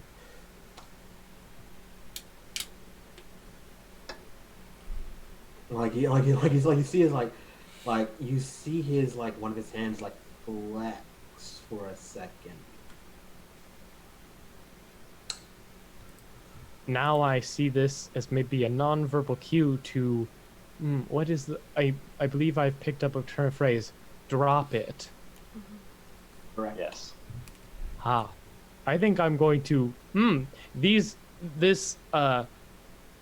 we'll get out a bottle of whiskey that he got for himself because he was. I shall now try these libations oh, instead of take speaking. it easy. Good job. Okay. That actually makes Hung Huzi visibly very slightly angrier, and then he just looks away. Actually, he looks visibly slightly angrier. Then he gets up and he's not stomping. He's not a stompy guy, but he's very stiff and angry as he walks outside. I'll go with him. Alex, I fall off. maybe you should send Petunia is that what I named your crow? Or your raven? What did I name your raven? That's a good question because I can't remember off the top of my head right Because now. it's definitely a flower. Petunia sounds right. Petunia Yeah, I think it's Petunia sounds right. I had to ask because there's also a cow named Petunia in the Wednesday morning games. I have to just make sure. So that's right. There's Petunia and there's Daisy, which is the bat. Maybe you should send Petunia to our stepmom and let her know that we're heading out. But if she needs, I can check in with her because I know that the raven can mimicry, and that's why I'm suggesting that over the bat. Okay. Yeah.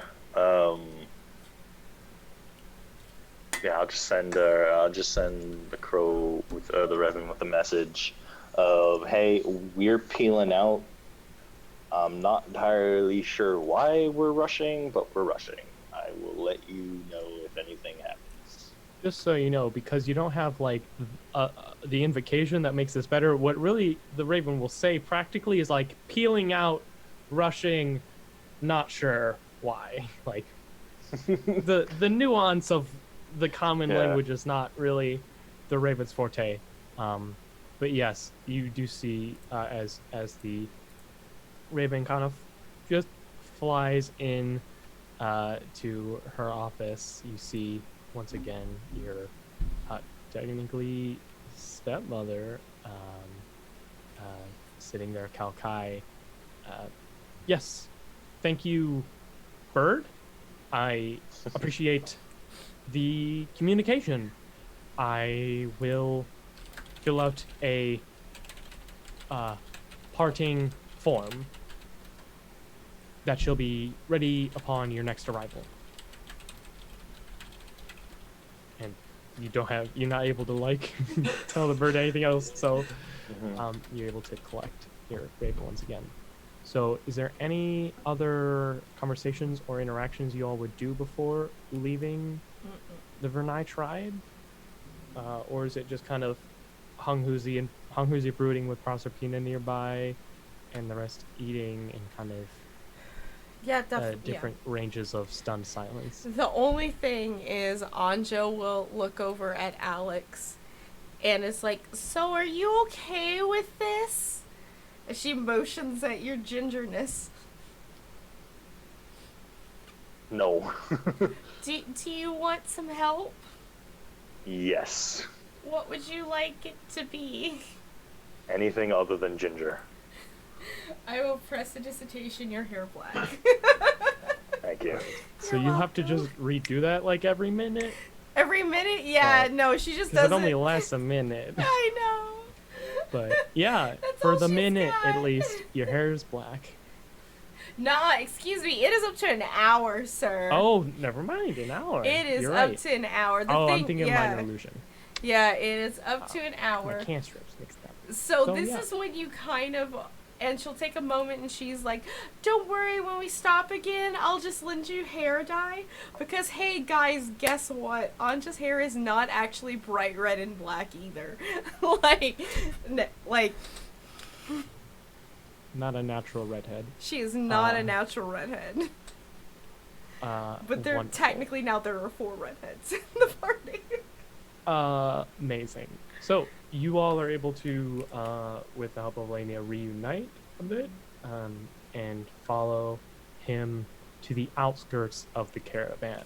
You see set up on the edge of it, just like basically a very small, very shitty tent.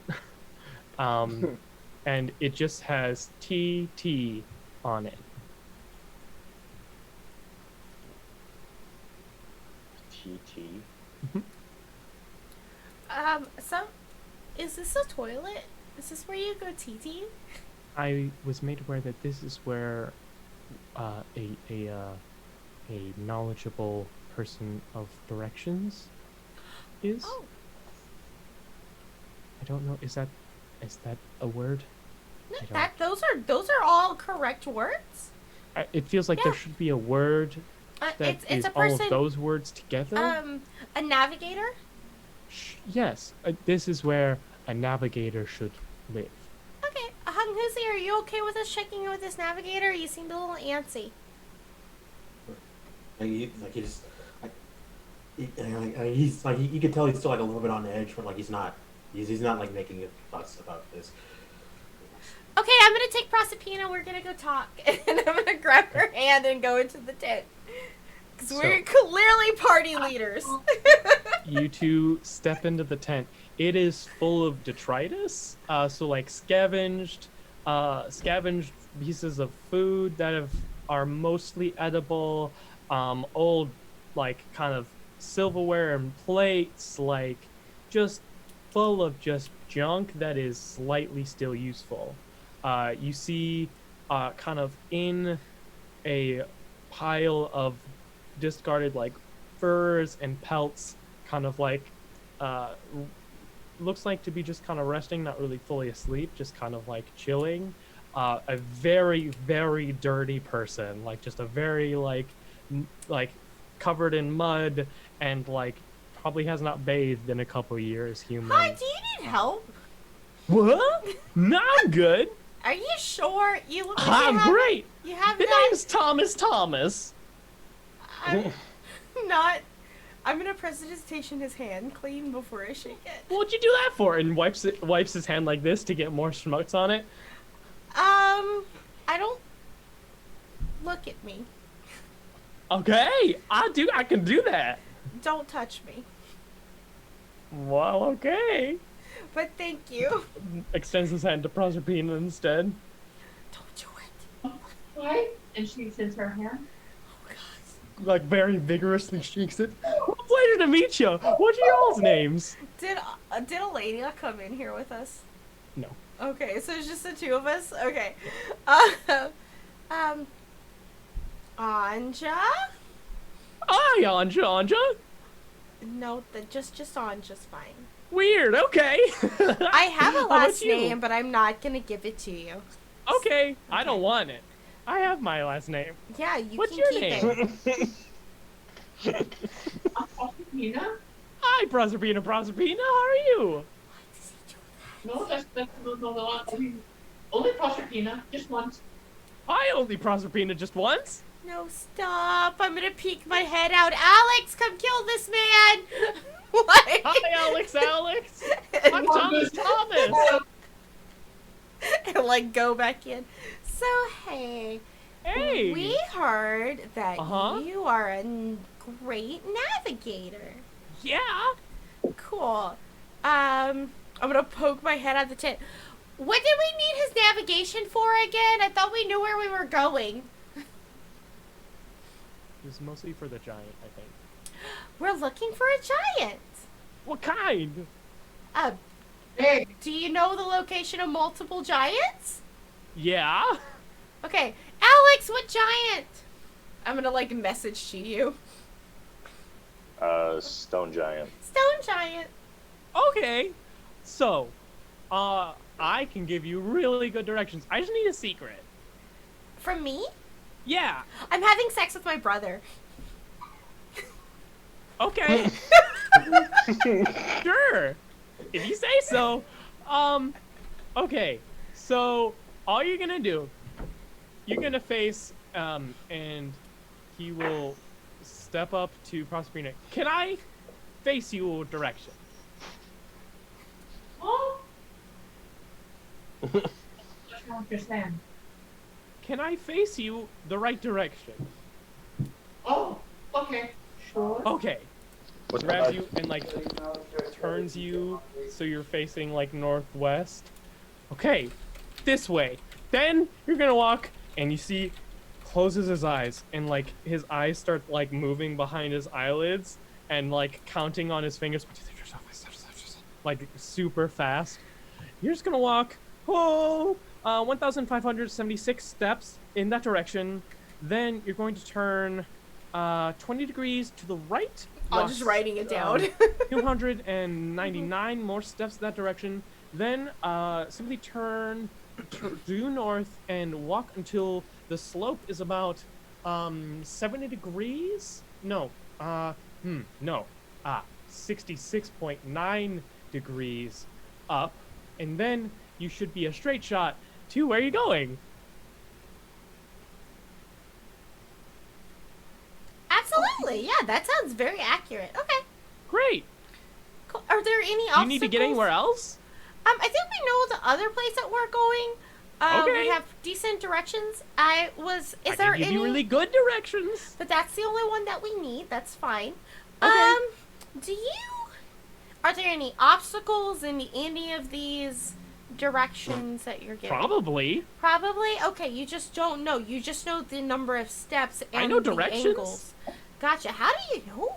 How do you know it to just the T? Huh? Like, so accurately. How do you know that? I personally don't understand how other people don't. So. Okay, why did you need a secret? You just needed a secret? Can I insight that? Mm-hmm. Okay. No, he definitely needed the secret. He just doesn't know why. He just doesn't know why. Okay. Mhm. Can I Arcana check that? Mhm. Okay. Come on. There it is. Okay, it's 27. So No, there are what sometimes checks? people who are gifted power by other beings in exchange for other prices. Most people call them warlocks. I wish Montana was here. Just because that was a thing in our campaign we lost playing one together. Okay. Okay. Well, and I would know this because Alexander is also a warlock. Okay. Well, thank you. That's all we needed, and I'm gonna tip him a gold piece What do I use this for? to buy nice things with. Maybe a bath. That doesn't make any sense. It's I can't find direction with this, and like throws it back at me. I'm gonna like catch it. Okay. Whatever. I'm gonna like look As at you can see, Proserpina. Thomas does quite well for himself. I'm gonna look at Proserpina. Really quickly. Say again. I'm backing up really quickly. Yeah, like there's like a simultaneously of the girls just like backing out of the tent. It's very much like the Homer Simpson into the hedges. Like, Yeah, and then we like probably bye! like about face at the guys, and just like that was fucking weird. But we have very precise directions to Alex's stone giant, like by the steps. Yep. So whenever you partake in Thomas's services, I'm not gonna require any survival checks to get Okay, there. all right, So cool. we literally writ them down. Yeah, I Like- mean, Andros has a good enough memory to at least Yeah. like remember them long enough to write them down. I'm going to say. She is the smartest person in the party, guys. Remember Yeah, that. like you're the party wizard. Yeah. So yes, but no, as long as like basically, Thomas, he'll get you where you need to go. So, Okay, thanks, Thomas. Not okay with this man. So. Oh, Alex, your hair, and I'm gonna turn it black again. So we have directions to, So, basically, if you tell me you're headed to the stone giant, then we will do that. we're gonna go in the direction, I guess, Thomas, unless anyone opposes going to see Alex's giant that he needed to talk to, apparently. Is anyone against this? An Honghuzi, are arbitrary you okay? aside, like when Honghuzi sees you, like do the hair dye thing, like I can fix that. I gotta think. Okay, well, next time we're all in the hut, you can do that. I could do it like on the road as long as he's not walking too fast. Don't walk very fast, Alex. Cause like I got a disguise kit with me. Like I can do his hair real quick. Oh, Nice. yeah. I think that's where mine also comes from, too, is, like, all my hair dye also comes from a disguise kit. Sure. But, like... I like saying Yeah. that to things. I have not actually needed to hide from the police, so like I haven't needed to use this. Hey, is that a... Hey, real quick. This is... Obadiah, is that a request? Yes, yes, it is. No? Is that a request? It's whatever you need it to be. Somebody donate money. Whatever you need I'm it to writing... Don't mind me. I'm just going into my notes. So, you all begin walking the very precise directions given to you by Thomas. It is not the easiest journey. It is until you get to the mountains. So you see before you, there is a large mountain range that you can see before you. There are dozens, hundreds maybe. This is like, you know, where tectonic plates hit each other. So there's a very big mountain range. So, you know, there's a lot to choose from. Luckily, you have the direction for exactly which mountain you need to get to. So you all are able to follow these directions. So I want a perception check from everyone here as you kind of head up this kind of very switchback mountain path. Although, of note, there is actually, it's barely noticeable, there is a path though. Like, looking around the other directions you could have gone, there is very noticeably just a little bit of like paving underneath the layer of snow.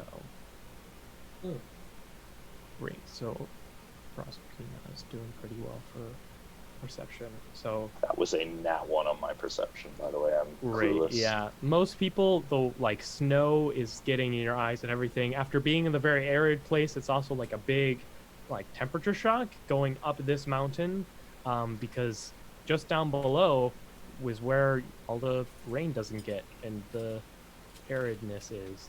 So you kind of amble your way up this mountain path. So Proserpina, you can see kind of almost at the peak of this mountain, you can see very subtly a beautiful stone arch with massive doors kind of carved directly into the side of the mountain. Partially covered by snow, which is why it wasn't very easy to see it, but it's there. Oh, hey guys, up there. It looks like a big doorway. And very much so, if you follow the Thomas directions, that's exactly where they're leading you. Oh, wow. I don't climb mountains very well. These were not mountain climbing boots that I bought. Oh, mountains are fun. Forests are clear, but mountains are fun. I mean, let's be real at this point. Anja has climbed onto Alexander's back. Fair. Like, halfway up the mountain, she's like, I don't think so. Like, Now, because she did not prepare as a fly note, today. So there is a slight path. However, at the kind of near the peak of the mountain, where you guys are probably like a maybe only about maybe 15 more minutes of hard travel up, is gonna be kind of like gonna be pretty difficult to get up. So if you all want to climb up to that door, it's gonna be an athletics check. Yeah. Everyone, say goodbye to Hope. She has to go. Bye, Good night, Hope. guys. Have a good Thanks for the night. interrupts. It's Thank okay. you. Don't worry Bye, about it. Hope. I'll fix the cameras. You're fine. All right, cool. It's really just one camera, so we're good. So Athletics checks, Here. right? yeah, if Yeah. you want to get to this door, you don't have to. You could just wait and let Alexander go, or whoever wants to go. But I mean, I'm In- on his if- back. yeah, if Andre, you're on his back, then Alexander's just going to be making it for both of you with disadvantage. She'll slip off, like, Got it. if she's like, oh, that seems like a bad idea, and she will slip off. Oh, no, I do have fly prepared. Hey, What did you do, sir? I got a 19 plus my athletics. Great. Honguzi is gonna Yes. toss some rope to you, and like, motion for you to hopefully make this a little bit easier on everybody's gonna follow up after you. So That's a 25 total for me, by the way, to get up there. great. Yeah. Without the rope, Alexander's able to kind of like scale part of this mountain up to the door. So I will say that with the rope and everything, the first actually, because Alexander can basically set it up at the door. If you want to go up to the door with the like climbing kit and rope, it will not take a check. Like it's not difficult. Like Yeah. it's not really a trial to like use a proper climbing kit if you're careful. So you can either make the athletics check or just take the rope up. Yeah, no, totally take the rope up. Okay. Taking the rope. Yeah. So everyone Consider. else just kind of climbs themselves up. You now stand in front of a probably 25-foot tall stone door carved into the side of this mountain. It is massive, obviously, and you see there are very subtle like carvings, look to be basically like giant. They're not like language, they're just kind of like almost basically pictographs, like just kind of displaying a story that needs a bit more like cultural knowledge to understand, but it's very clearly giant stuff. Can I do a history check on the Yeah. things? Okay, cool. Because Sure. I gotta really... I do actually speak giant. Okay, yeah, and if Would you that- speak giant, if you can read giant, I'll say you can also make a history check. Okay, nice, 25. Yo, on just checks I can are read. lit. I'm about to say I can read all written language. So you can make a Because of check, one of see my if you can invocations. interpret a meaning through this. Go ahead. Okay. Um, What am I adding to it? history. So straight in if you don't have the skill. Yep. Oh boy, so it's just a 15 then. Okay, so Anja, you actually remember in your many studies, being a wizard who went to university, even in the circumstances you did, that there was obviously giants were once a big power in Oriol. However, as time went on, their power waned quite significantly, and so you know that stone giants were never really that interested in conquering and subjugating the smaller folk, and so when the kind of war between the smaller folk and giants began, because giants controlled everything and dragons were fighting them, and then eventually small folk rose up, and that's what really toppled them.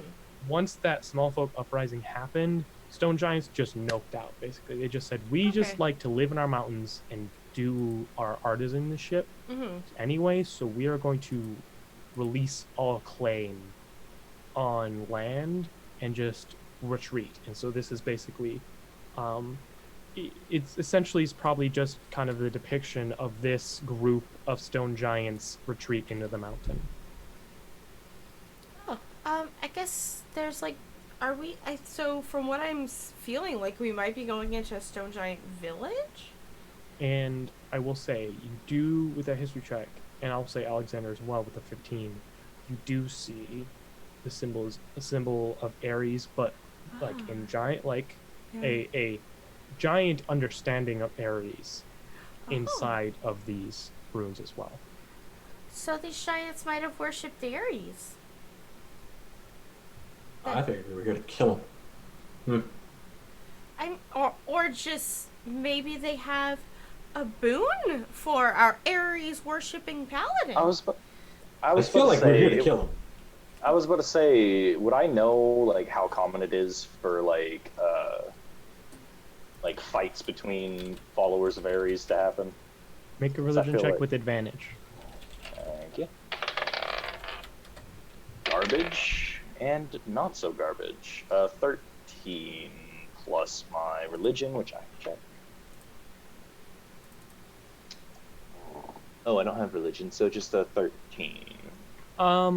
You're not sure how common, but you were basically point blank told to fight this giant in some capacity. Okay. That's what I figured. Yeah. So you don't know how common this is, but you know it's happened for you. Alex, are you okay with doing that now that you are... And she motions at you. Just a human? Special. He's still got his sword on, don't he? I mean, yeah, it's just... Sorry, never mind.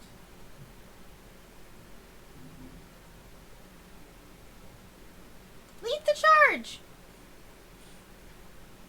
So, yeah, y'all just gonna push the door open? Like, what's the plan? Just all kind of look into our pally boy here and see what he wants to do. Yeah, Pally Boy, what you doing? I'm yelling at myself for muting myself on accident. There you go. Kind of figured. Yeah. So I tell, when everyone looks at me, I just kind of look back at everyone and go, you guys stay here. I'll be back. And I go to open, not to open the door. I basically just pound on the door until I get an answer. As Can I have a hot second when he leaves with Persephone and Honghuzi? okay, yeah. So you kind of like, as your kind of glove impacts the door, there's a brief like kind of emanation from that, and then the kind of disparate symbols of Ares glow, and the door opens. And I'm assuming you walk through. Yep. And I just, I go through and just wait. I go inside, I mean. Yeah. Like, and I, again, tell everyone to just hold on here. I'll be back. Does anyone follow? And how he's like, he's clearly like thinking about it and not like, Shouldn't we go after her? This sounds dangerous and stupid. I'm worried about He him, lived- but he lived through the last time. The other guy didn't, but he did. he is very strong. Good luck, I love you. The door's closed behind Alexander. So, before we get to Alexander, go ahead, Anja. I'm gonna look at also my two technically half-elf friends. So humans are squishy, right?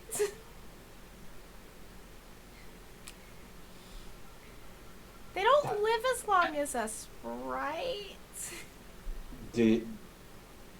What? Do you think his muscles are dead now or something? I mean, I was laying down with him and his muscles aren't dead. It's just that his life just got cut in half, essentially. What do you mean his life got cut? Did he? What happened? So, he's a human now. Proserpina, did you not notice he became a ginger?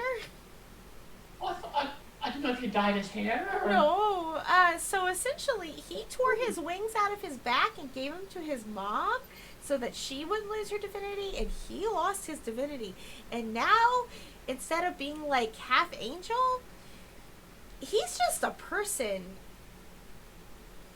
Like, he's just a human. Like, he's still very muscly and strong and stuff, but... Did he lose his... I mean, he seems like he's still got the magic. Is that gone now, too? Right, but he can't do the thing anymore. Whoa, I almost fell back in my chair. And I'm just...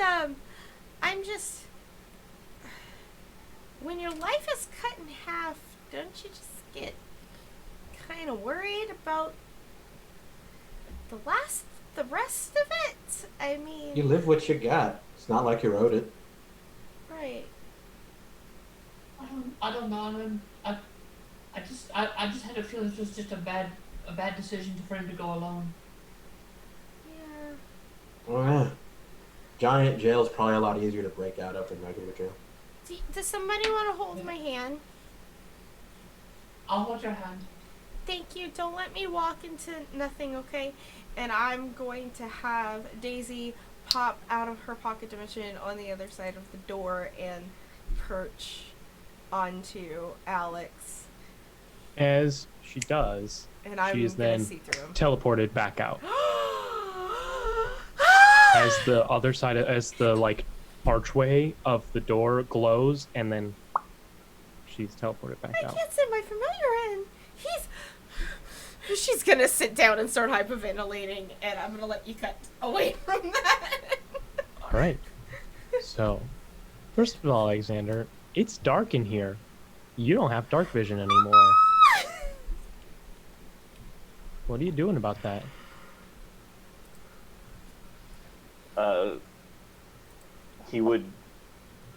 His first thought would be to go to cast the light cantrip. Mm-hmm. And you But do. he also, you. Oh. Yeah. Wait. Yeah. Wait. And he kind of just sits there for a second. Mm-hmm. And he looks in his pouch. He knows he's got his flint and steel. He's just trying to figure out if he can light anything with it. Yeah, because you Are there don't. torches on the walls? Would you carry torches?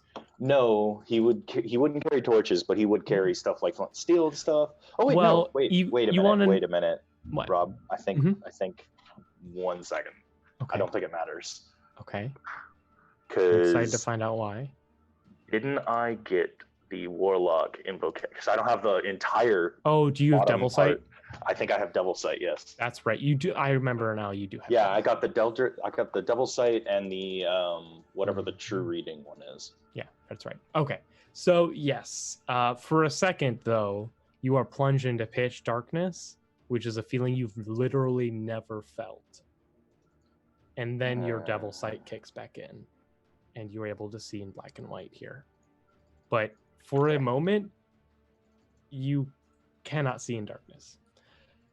And you Ooh. see a spiral staircase perfectly, beautifully carved for a giant, but beautifully, impeccably carved, going down deeper into the mountain. Okay. I will just follow it. As you keep going down along the wall, there are these beautifully intricate. They're not colored. They're technically just kind of like carvings of people in various different poses and armors. You see some like people in armor and with weapons that are like wildly outdated. Like you see someone with fully just like a bow that was probably like it's not really carved well. Like it looks like basically just like a primitive hunter gatherer basically, like, and small like urns, some of which have things sticking out. Like one of them has like a spearhead sticking out, another has like an arrow, one just has a helmet to the side of it, but just dozens of these as you descend the staircase. As you continue further down, there's even they seem to get more and more recent. So you see that like first like hunter gatherer one, eventually you see like as like things progress, you start to see like people in like full plate armor, You do see like a few wizard or spellcaster looking people. As you reach the bottom of the staircase, you see depicted in stone a depiction of you wielding your sword, but you can see it's just, sorry, actually, no, you don't see yourself because it is just your head and chest. Your pose basically has not been depicted. So you could be in a pose of victory or defeat in this carving. And there is no urn beneath. And there is another like large door in front of you. Okay. I will once again pound the door and see what happens.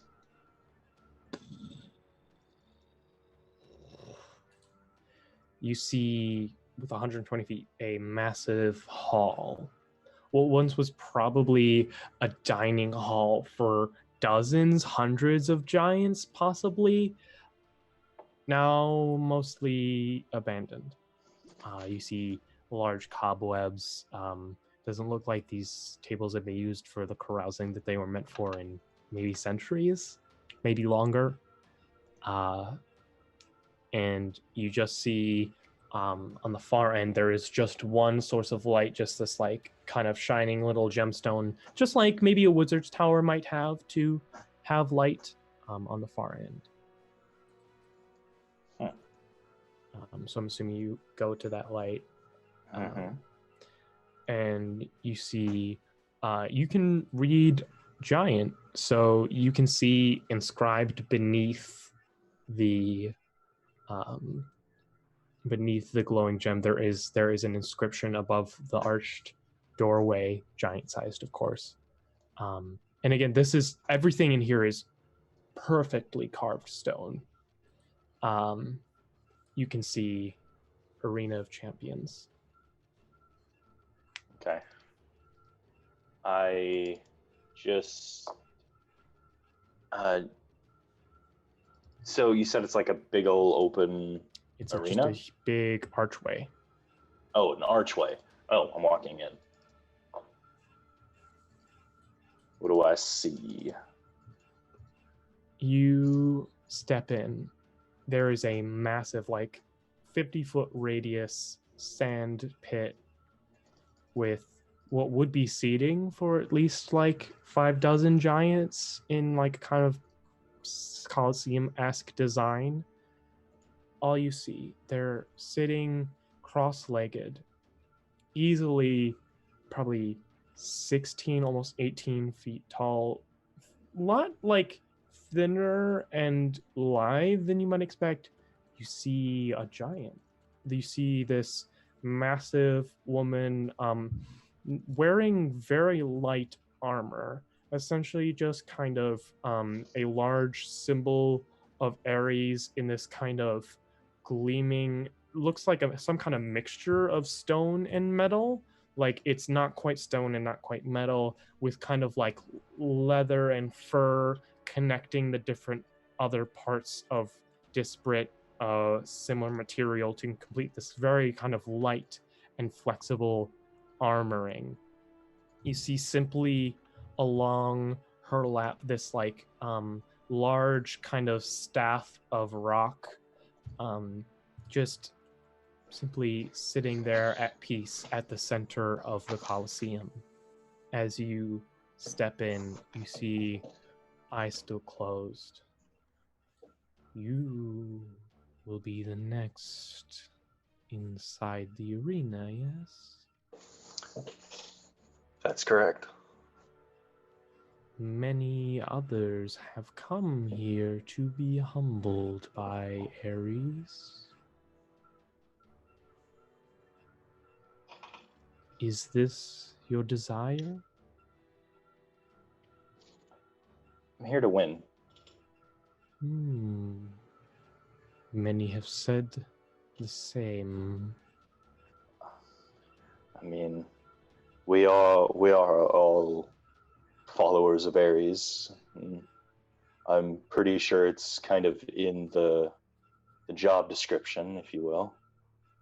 You see very slowly and purposefully her eyes, a very pale gray color, open, and she stands up to her full height, kind of setting her staff in the ground. And what would they call you? My name is Alexander. What deeds would you claim before this match, Alexander? Okay. I'm assuming, so out of character, I'm assuming he wants, or she wants me to do a, what is it called? But essentially a brag? Like, Exalt your name. What would be, what honorifics Okay. would you apply to yourself, Alexander? Alexander the Conqueror.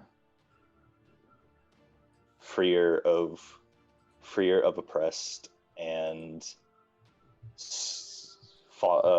kinslayer.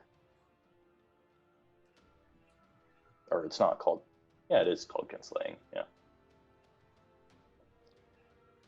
Alexander, Conqueror, freer of the oppressed, kinslayer. You enter Ares' domain. Are you ready? Oh, that is always the good question. Yes, I'm ready. And see, she simply stands there, waiting for you. Is she the opponent? What do you do? I will draw my... I'm actually going to draw my cleaver. Okay.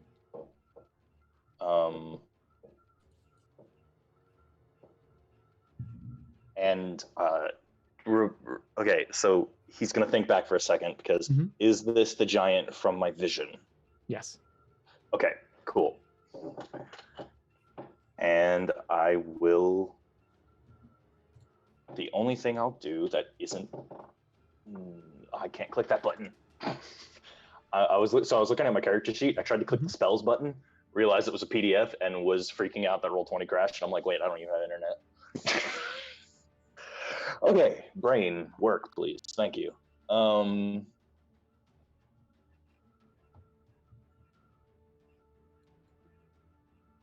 I know. I have them next to each other. I was just dumb. I will cast...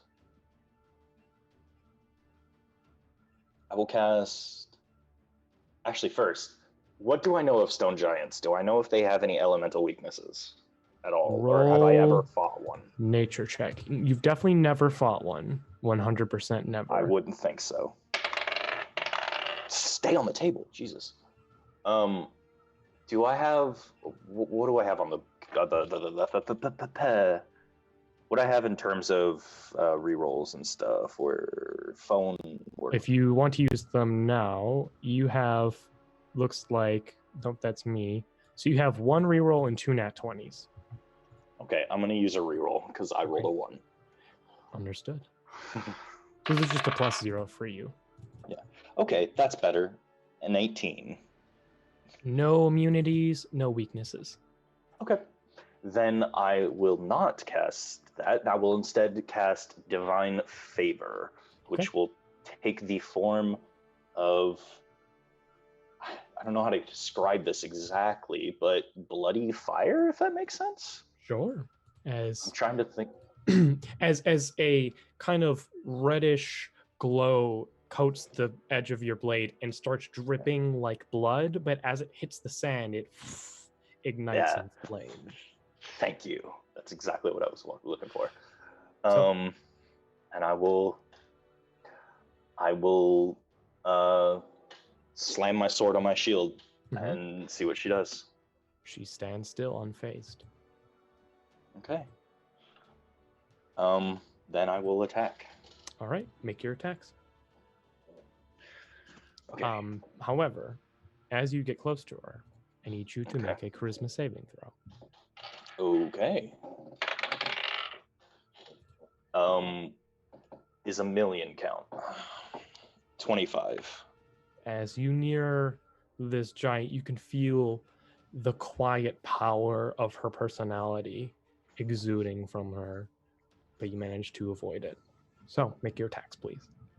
Okay, so I get 2 attacks. I agree. Yes. That is a 19 to hit for the first one. That'll hit. Okay. God, having that plus 10 is great. And then a 18 for the second one. 18 will also hit. Okay. I can roll low, but not too low. Okay, so I'm going to do my damage, which is 2d8 plus 6 plus 2d4. Yes. Yes, Yes, because you're doing it twice. Yes. Yeah, divine favor.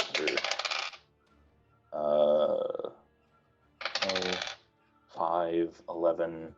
I don't have d4s. Oops. I don't know where my d4 is. I'm gonna find that later, painfully, I'm sure. Just roll a d8 and half it. Oh, I already had the rolling thing on my phone. Oh, there you go. That works too.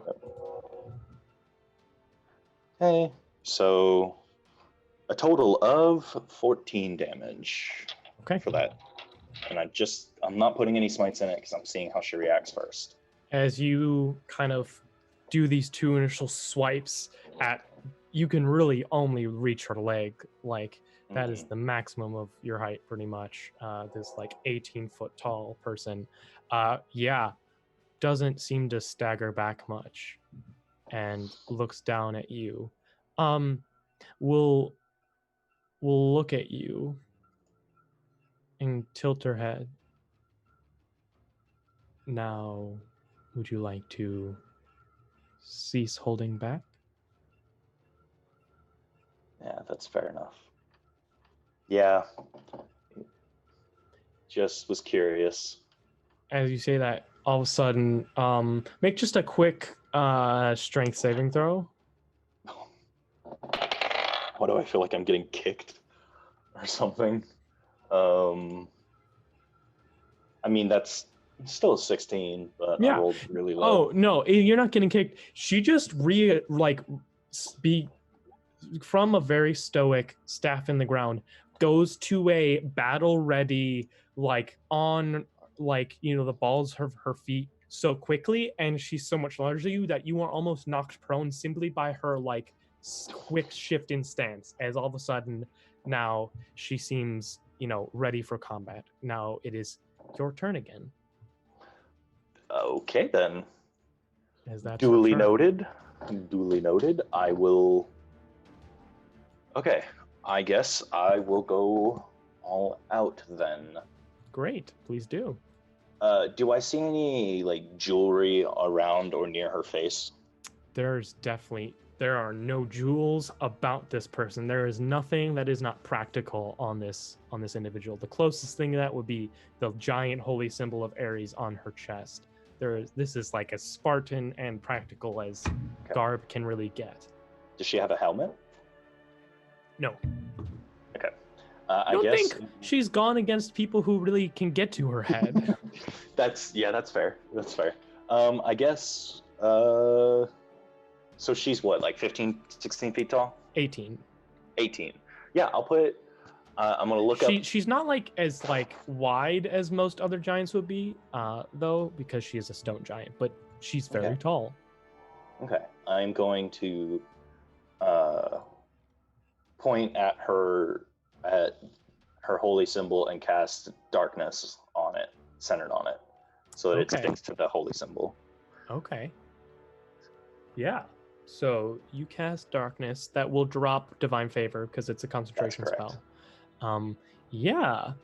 So how big is darkness again? Isn't it 10-foot radius? I believe it is a 10-foot, but I am checking 20? right now. So yeah, that will completely cover her and you. That's fine. Very nice. Because I can see through it. Yes, you can. You will hear a slight chuckle from her, and Let me check this. Yeah. I'm also going to bonus action if I can. Yeah. Hexblade's Curse. Okay, great. Yes, you Hexblade curse her. It's going to make an attack with disadvantage in the darkness. That'll It's a 15 miss. foot. It's a 15 foot. Yeah. Okay. Got sphere. it. That's still more than enough to cover her up. What's your armor class nowadays? It's 19, right? Yes, that is correct. So Or that actually, is a. wait. Is that? I think that's pre me. Or no, that's with me wearing a shield and my splint. Okay, great. Is- So yeah. then you feel the massive staff woof past you twice in the full darkness. What do you do? I will. Okay, so I have to go at this a bit more tactically than normal because she is so much bigger than me. I don't want to just be Weird. smacked. So I'm going to cast a spiritual weapon as a bonus action. Okay. It is going to take the exact form of my Black Cleaver. Okay. And it's going to hack at her right foot, and I'm going to hack at her left foot. See if I can't confuse her with that. All right. So go ahead and make a spiritual weapon attack. Okay. 23. 23 Yes. hits. Roll damage. Of course. God damn it. I hate this PDF right now. Don't mind me. I have to remember how much it's a damage D8. it does. D8 plus 5. Thank you. Yep. I have it written down. Why am I being dumb? 10 damage. Okay. Plus And then- Hexblade's Curse? No, that's from you. So. Oh, now right, your because that's when attacks. I attack. Correct. I always So forget. now you make your attacks. No, I thought it was from spells, because can't it proc off of Eldritch Blast? Right, but Or am I'm I going to say it's like yours, but like. Yeah, I see what Let you me mean. read the wording on it, but let's just make your text for now, and then I'll come back to you Yeah. on that once I read the wording of it. Okay. And we already established an 18 hits, so and a natural 20. So Very yay. nice. Okay, I'm going to put a 3rd level smite on that natural 20. Are you telling me you didn't conjure food today for Throg? Nope, because I knew I had to go fight today. I didn't Okay, spend got any it. spell slots. All right. So, I will put a 3rd level smite Right. on that, and then I also put a 1st level smite on the first attack. Okay, so go ahead and roll damage. Yep, I'm going to roll that in my app because I do not feel like rolling a d8 7 times. Yeah. Oh wait, it's more than 7. So your cleaver's a D8, right? Yeah. So it's going to be a D8 plus 5 plus. So it's D8 plus 9, and then it's 1, 2, and then 2, 3, 4, and then so second level, second and third. So then it's 10 D8 plus 9. So in total, it's 11 D8 plus 18. Yeah, just a little bit of damage. Okay, now Yeah. roll. Okay, 72 total damage. Great. That hit. Those pair of Tell me hits. about that crit, please. So the first hit just kind of I feel the impact, so I let go of smite. But then when I go to bring it around that second strike, I feel it. I see it and feel it just about to hit her hamstring, and just go, okay, fuck it, and just put everything I've got into that, and just try to cleave as much as I can out of her hamstring and knee and all of that area. And it also just kind of it looks like you ever seen an explosion go off in a rubber ball? How the rubber ball kind of just goes like pop and then comes back? That's what the darkness does. It looks like the darkness expands for a second. And then slice through this giant warrior, the darkness kind of propelling you forward almost as you do so. You can hear an audible grunt of pain, the only indication that you've injured this warrior so far. It's now her turn. So I'm going to use a natural 20 because That's fair. that's something I had planned to do anyway, and is now going to. You're going to take a bit of damage here. So you will I figured. take grand total of 33 bludgeoning damage from that one hit. I need you to make a concentration saving throw for darkness. Yeah. So that would be DC 16. DC 16. You got it. Exactly 16. Very good. Darkness stays, and so that means the second attack will have disadvantage. But that's a 27. Yeah. And despite it, as for another 19 damage. Okay. So I believe you So I take in took- 52 damage this round, Yeah. right? Great. Where did my pencil go? Oh, there it is. Um, I set it down for a second and then I lost it. no problem. As you make this massive blow, as for a brief moment, not only do you hear her gasp just slightly in pain, you see her lose her footing for a second, like stumble forward just for a second. You see she closes her eyes. As she does, the symbol of Ares slightly glows and just completely 100 connects with you. It is everything you could do not to be flung across the entire Colosseum as this staff impacts with you. And you manage to just barely kind of keep your ribs, your stance, everything kind of intact. And then the backhand also manages to much less solidly glance into you as you both have bloodied each other in this one round of combat. Back to you. Okay. Because by my sheet, you have 81 health, right? Yeah, and I have 29 remaining. Correct. I am just checking She's also something. definitely bloodied, for sure. Okay. I am checking something super fast. Give me just a moment. No, there we go. That one. No. I mean, yeah, I'm gonna probably use one of those, but that's not what I was looking Oh, at. letting your characters at 11th level just 1v1ing CR10 creatures. Woo! Oh, that is an Gotta love action. God damn it. Okay. I guess I have 2 natural 20s. You do. I will use 1 natural 20 for the first attack. Okay. And I'm going to roll the damage for that one. That is Okay. going to be a level 3 smite again. Okay. So that's 10d8 plus 9 again. Wait, 10d8? Right. Mhm. Yeah, So 2 'cause for it's the 5d8. strike, 2 just for base smite, and then one for the strike, 2 for smite, Mhm. second level, third level, doubled. Yeah. Well, that means that yeah. I'm Yeah. dumb. Leave me alone. You got it. We got there. He has a dice roller he's been I have a using. dice roller I'm using. Oh, 67 damage. 67 damage. Yeah. A massive blow once again. Go ahead and make your second attack. Is she still standing? Yeah. Okay. I will use my other natural 20 to Okay. do another attack. I will put a Wrathful Smite on it this time. Okay, that will drop darkness. Yes. Okay. Roll Now, damage because let's roll. So Wrathful Smite Wrathful Smite does is a D6.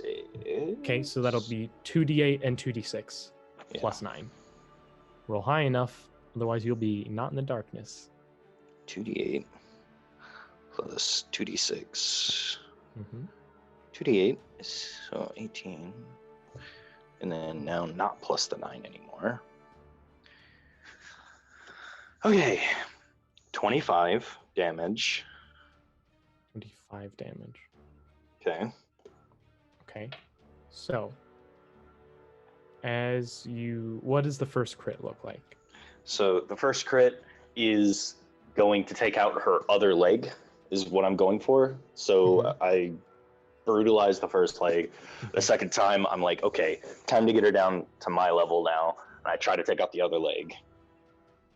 As you And slam your sword, still dripping with that kind of fiery blood-like just slices through. She falls to her knees. What do you do next? Okay. And then the What do you go for? What do you do with that second attack? that second attack is just I don't know. I know what I want to do, but technically it wouldn't deal damage. Just tell me what you want to do. So I want to bring the sword. You know how they do in anime, where they bring the sword like a centimeter from your neck. Mm-hmm. I'm doing that and stopping, just Yeah. for the briefest of seconds. You Seeing what she does. bring the sword barely an inch from this giant's neck, and you see she bows her head in a sign of respect, submission. You see the symbol on her chest glow. Your black cleaver Mm-hmm. begins to shimmer. You see it falls out of your hand, burning hot, like trying to grab magma. You see it boil on the ground until, after a flash of light, they're sitting on the ground before you. No longer a black cleaver, this weapon you've had since taking an oath with Bane. You see a spear, glowing, seemingly a half made, almost like, it looks like pure adamantine or silk, like this beautiful, like perfect metal, and this silvered, it's like a mirror sheen for the end of the spear. Okay. I grab it and do a quick little spin, see how the weight feels. You spin it and it seems to move with you. The spear. Your motions are its motions. Oh, okay. He puts it on his back, and he put it in the black cleaver sheath, which wasn't ever really a sheath. It was basically just like a loop, and he puts it in that. Mm-hmm. And then he gives a respectful bow to the stone giant. Leave here, Alexander, conqueror, freer of the oppressed, kinslayer, unbowed, and simply bows again. I will leave, and I will walk out. I will walk to the. I'll walk till I feel like I'm out of eye shot. As you get to the spiral staircase, you see that carving of you raising a spear aloft in a pose of victory and celebration. Okay. And did I see any others that were poses of victory? Yeah, there were mostly some like people like slunched and defeated looking, but there were a few. Okay. There were a few victorious poses in there. Okay. As soon as he's out of eyesight of the giant, he just kind of deflates for a second and then heals himself. Yeah, as you like feel the bruising from even just those two hits. Yeah. And he will make his way outside. As you all see Alexander with Doodle in hands, looking uninjured with a brand new gleaming spear at his side. Hi. How y'all doing? That was very strange of you to say it like that, but she's gonna glomp hug him like a fucking anime character because Amber and I are weebs. Yep. like- Hey, yo, boss, we good? Oh yeah, I'm good. Solid. Oh shit. what time of day is it? I mean, it probably only took you about half the day to get here. Okay. How how long was I in probably there? about 3/4 of the day. Not very long. Yeah. Like maybe an hour total for like all the journeying down and such. Like I mean, the whole fight took less than half a minute. So Yeah. Do we want to camp over here or at the bottom of the mountain? I wouldn't suggest camping here, but the bottom of the mountain we can do. We'll get Hunghuzi and give him a thumbs up. Boss is good. Okay. And while we're walking, I would just like to try to figure out like what makes this spear tick other than being a nice shiny new toy. So I will. You have earned the You. Spear of the Unbowed instead of what you would have gotten if you had lost, which would have been a different boon. So it is a +2 magical spear. First and foremost, so +2 to attack and hit. It counts as magical damage. Additionally, when either you kill a creature or an ally kills a creature that you have like damaged in that round of a high enough basically power level or size disparity is defeated, you will regain any spell slots of your highest level you have expended. So basically, if you kill a powerful enough enemy with this thing, you will regain, right now, all of your 3rd level spells that have been expended. Okay then. Because I mean, listen, you soloed a stone giant, so but yes. It's pretty badass, bro. Yeah. He doesn't tell any stories, but you can see him. You could tell he'd been like slightly out of it, and now he's got a new like strength to his step. Now he's looking renewed. Listen, you came out with a pointy stick you didn't have before. You took it from something. Yeah.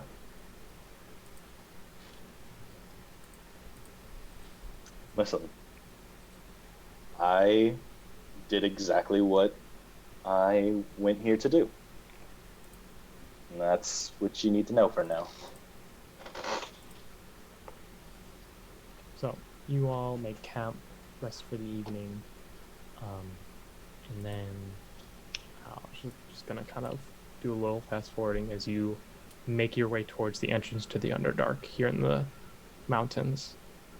As you crest over the right hill, you see what none of you have ever seen in person before, but was once probably a large cavern at the side of this mountain.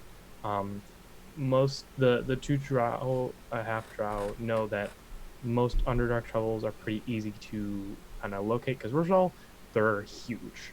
Like the only way a tunnel could like not collapse on itself when going that far down is being this big, and also there's usually some amount of natural fungi and Underdark plants, because if it wasn't for Underdark plants, there wouldn't be oxygen down there. So the Underdark plants are also in the mouth of it. As you look at the entrance to the Underdark, you do not see this massive gaping open tunnel. You see two massive iron doors, and you see probably about 24 Githyanki soldiers guarding it. And we'll have to come back to how you potentially get through that with their astral brig above it. Next episode of Revenge of the Gith. Has it already been 3 hours? Jesus, can we continue playing? I know.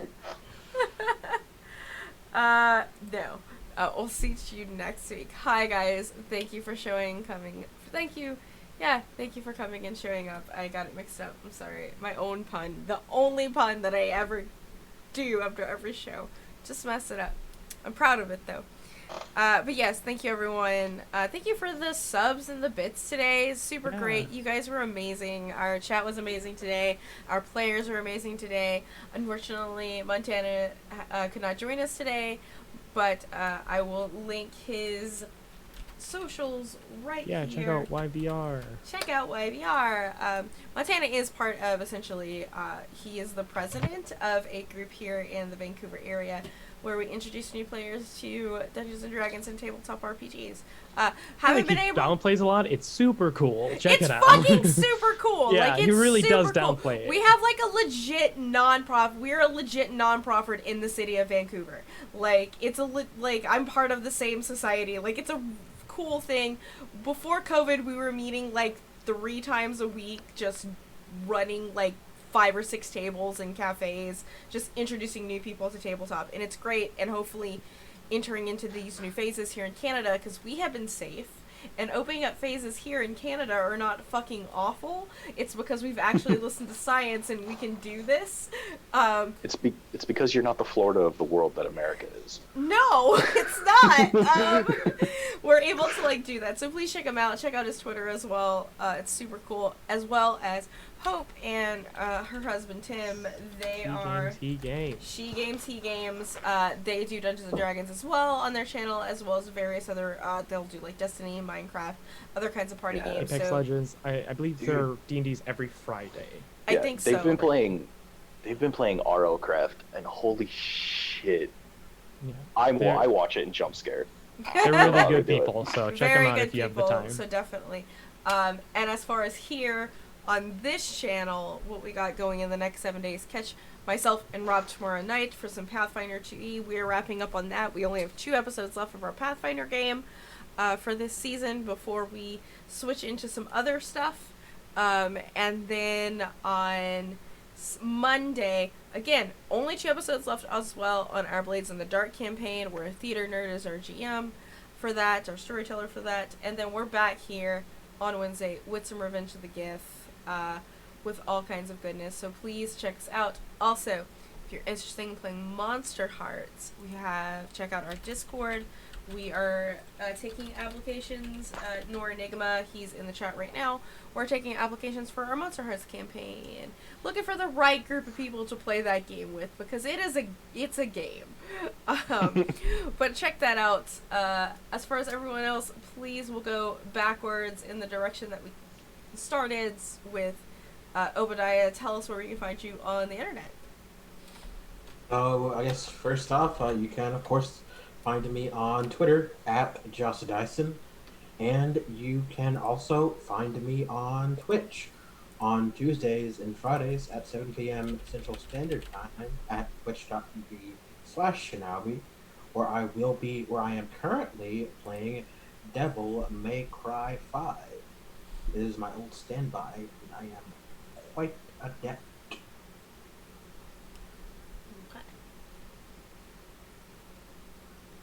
Oh, is that me now, or? Okay, I can't see the layout, so I can't. Yeah. I'm Ember or Rob or Forge King, wherever you tend to find me. I know I keep saying this, but as soon as I fucking get my internet, I'm getting back to streaming again. We believe I you. want to start streaming. I know. Leave me alone. I want to start streaming daily again, because holy crap. I found out that I have a really fun game that I really want to play for the stream, because it is absolutely gorgeous. It is called Air. It was free on the Epic Game Store, and I couldn't pass it up. It's an open world puzzle game where you're a person, but you transform into a bird, and it's super fucking cool and beautiful. And I played like 5 minutes of it and went, I'm saving the rest of this for stream. I play here every Wednesday. And other than that, I don't remember when we're putting all this stuff on YouTube, but we're putting stuff on YouTube soon. Right. Yeah, I'm putting a bunch of Terraria stuff on YouTube. Okay, I guess that's me next. You can find me all over the internet as Robin_Shadle. Here on Wednesdays, as you can see from the empty room, we just moved into a new house. So, no streaming or anything else until after I finish unpacking and setting everything up, which hopefully will be done within a week. Didn't Because Mixer I'm tired of also? boxing. Mixer is also gone now, so. Yeah, Mixer's also gone, so I gotta get back to Twitch and remember how to do all that stuff and update my Streamlabs again. And is that everything for you for now? SSD? No worries. So, and then I am Robbie Rowan, Robbie the GM. I was your game master for this evening. You can find me back here, of course, Thursday for Lost Tales of Vuzoya. Once that is over, I will be also part of Clockwork Zephyr on the Dice Tyrants, an Aether and Steamworks game. Super amazing, made and run and produced by the maker of the game, Ty Averis. Nice. It's amazing. It's super cool. I love the art's amazing, and I love my characters. It's gonna be very interesting. Come check us out there on Thursdays. Also on Nerd League Gaming on Sundays, I'm part of Hero Complex, a Mass the Next Generation game, which Val is also in. Super fun teen superhero drama. What more could you want? Check us out there every Sunday. And of course, I will be back here every Wednesday. In the interim, if you are just dying to hear my voice more doing role-playing game stuff, Yes. check out the Not Quite Heroes podcast, where 5e actual play podcast, where I play a super anxious tabaxi named Gail. You can find us at NQH Podcast on the Twitters and all of that. So that's me. I just want to say I've been listening to the podcast at work. You I got love it. seconds to say it because that raid is happening. Anyway, I thank you just all wanted for to say it. joining us. Yeah. You look at the podcast, Ember likes Thank it. you, Thank you all. so much. All right, we're gonna go raid one of my best friends from Austin, Texas area, my friend Megan, Ray Sally. Let's go say hello to her while she's playing some Cuphead. Bye, everyone. You can't see me waving, but I'm waving. Stop streaming.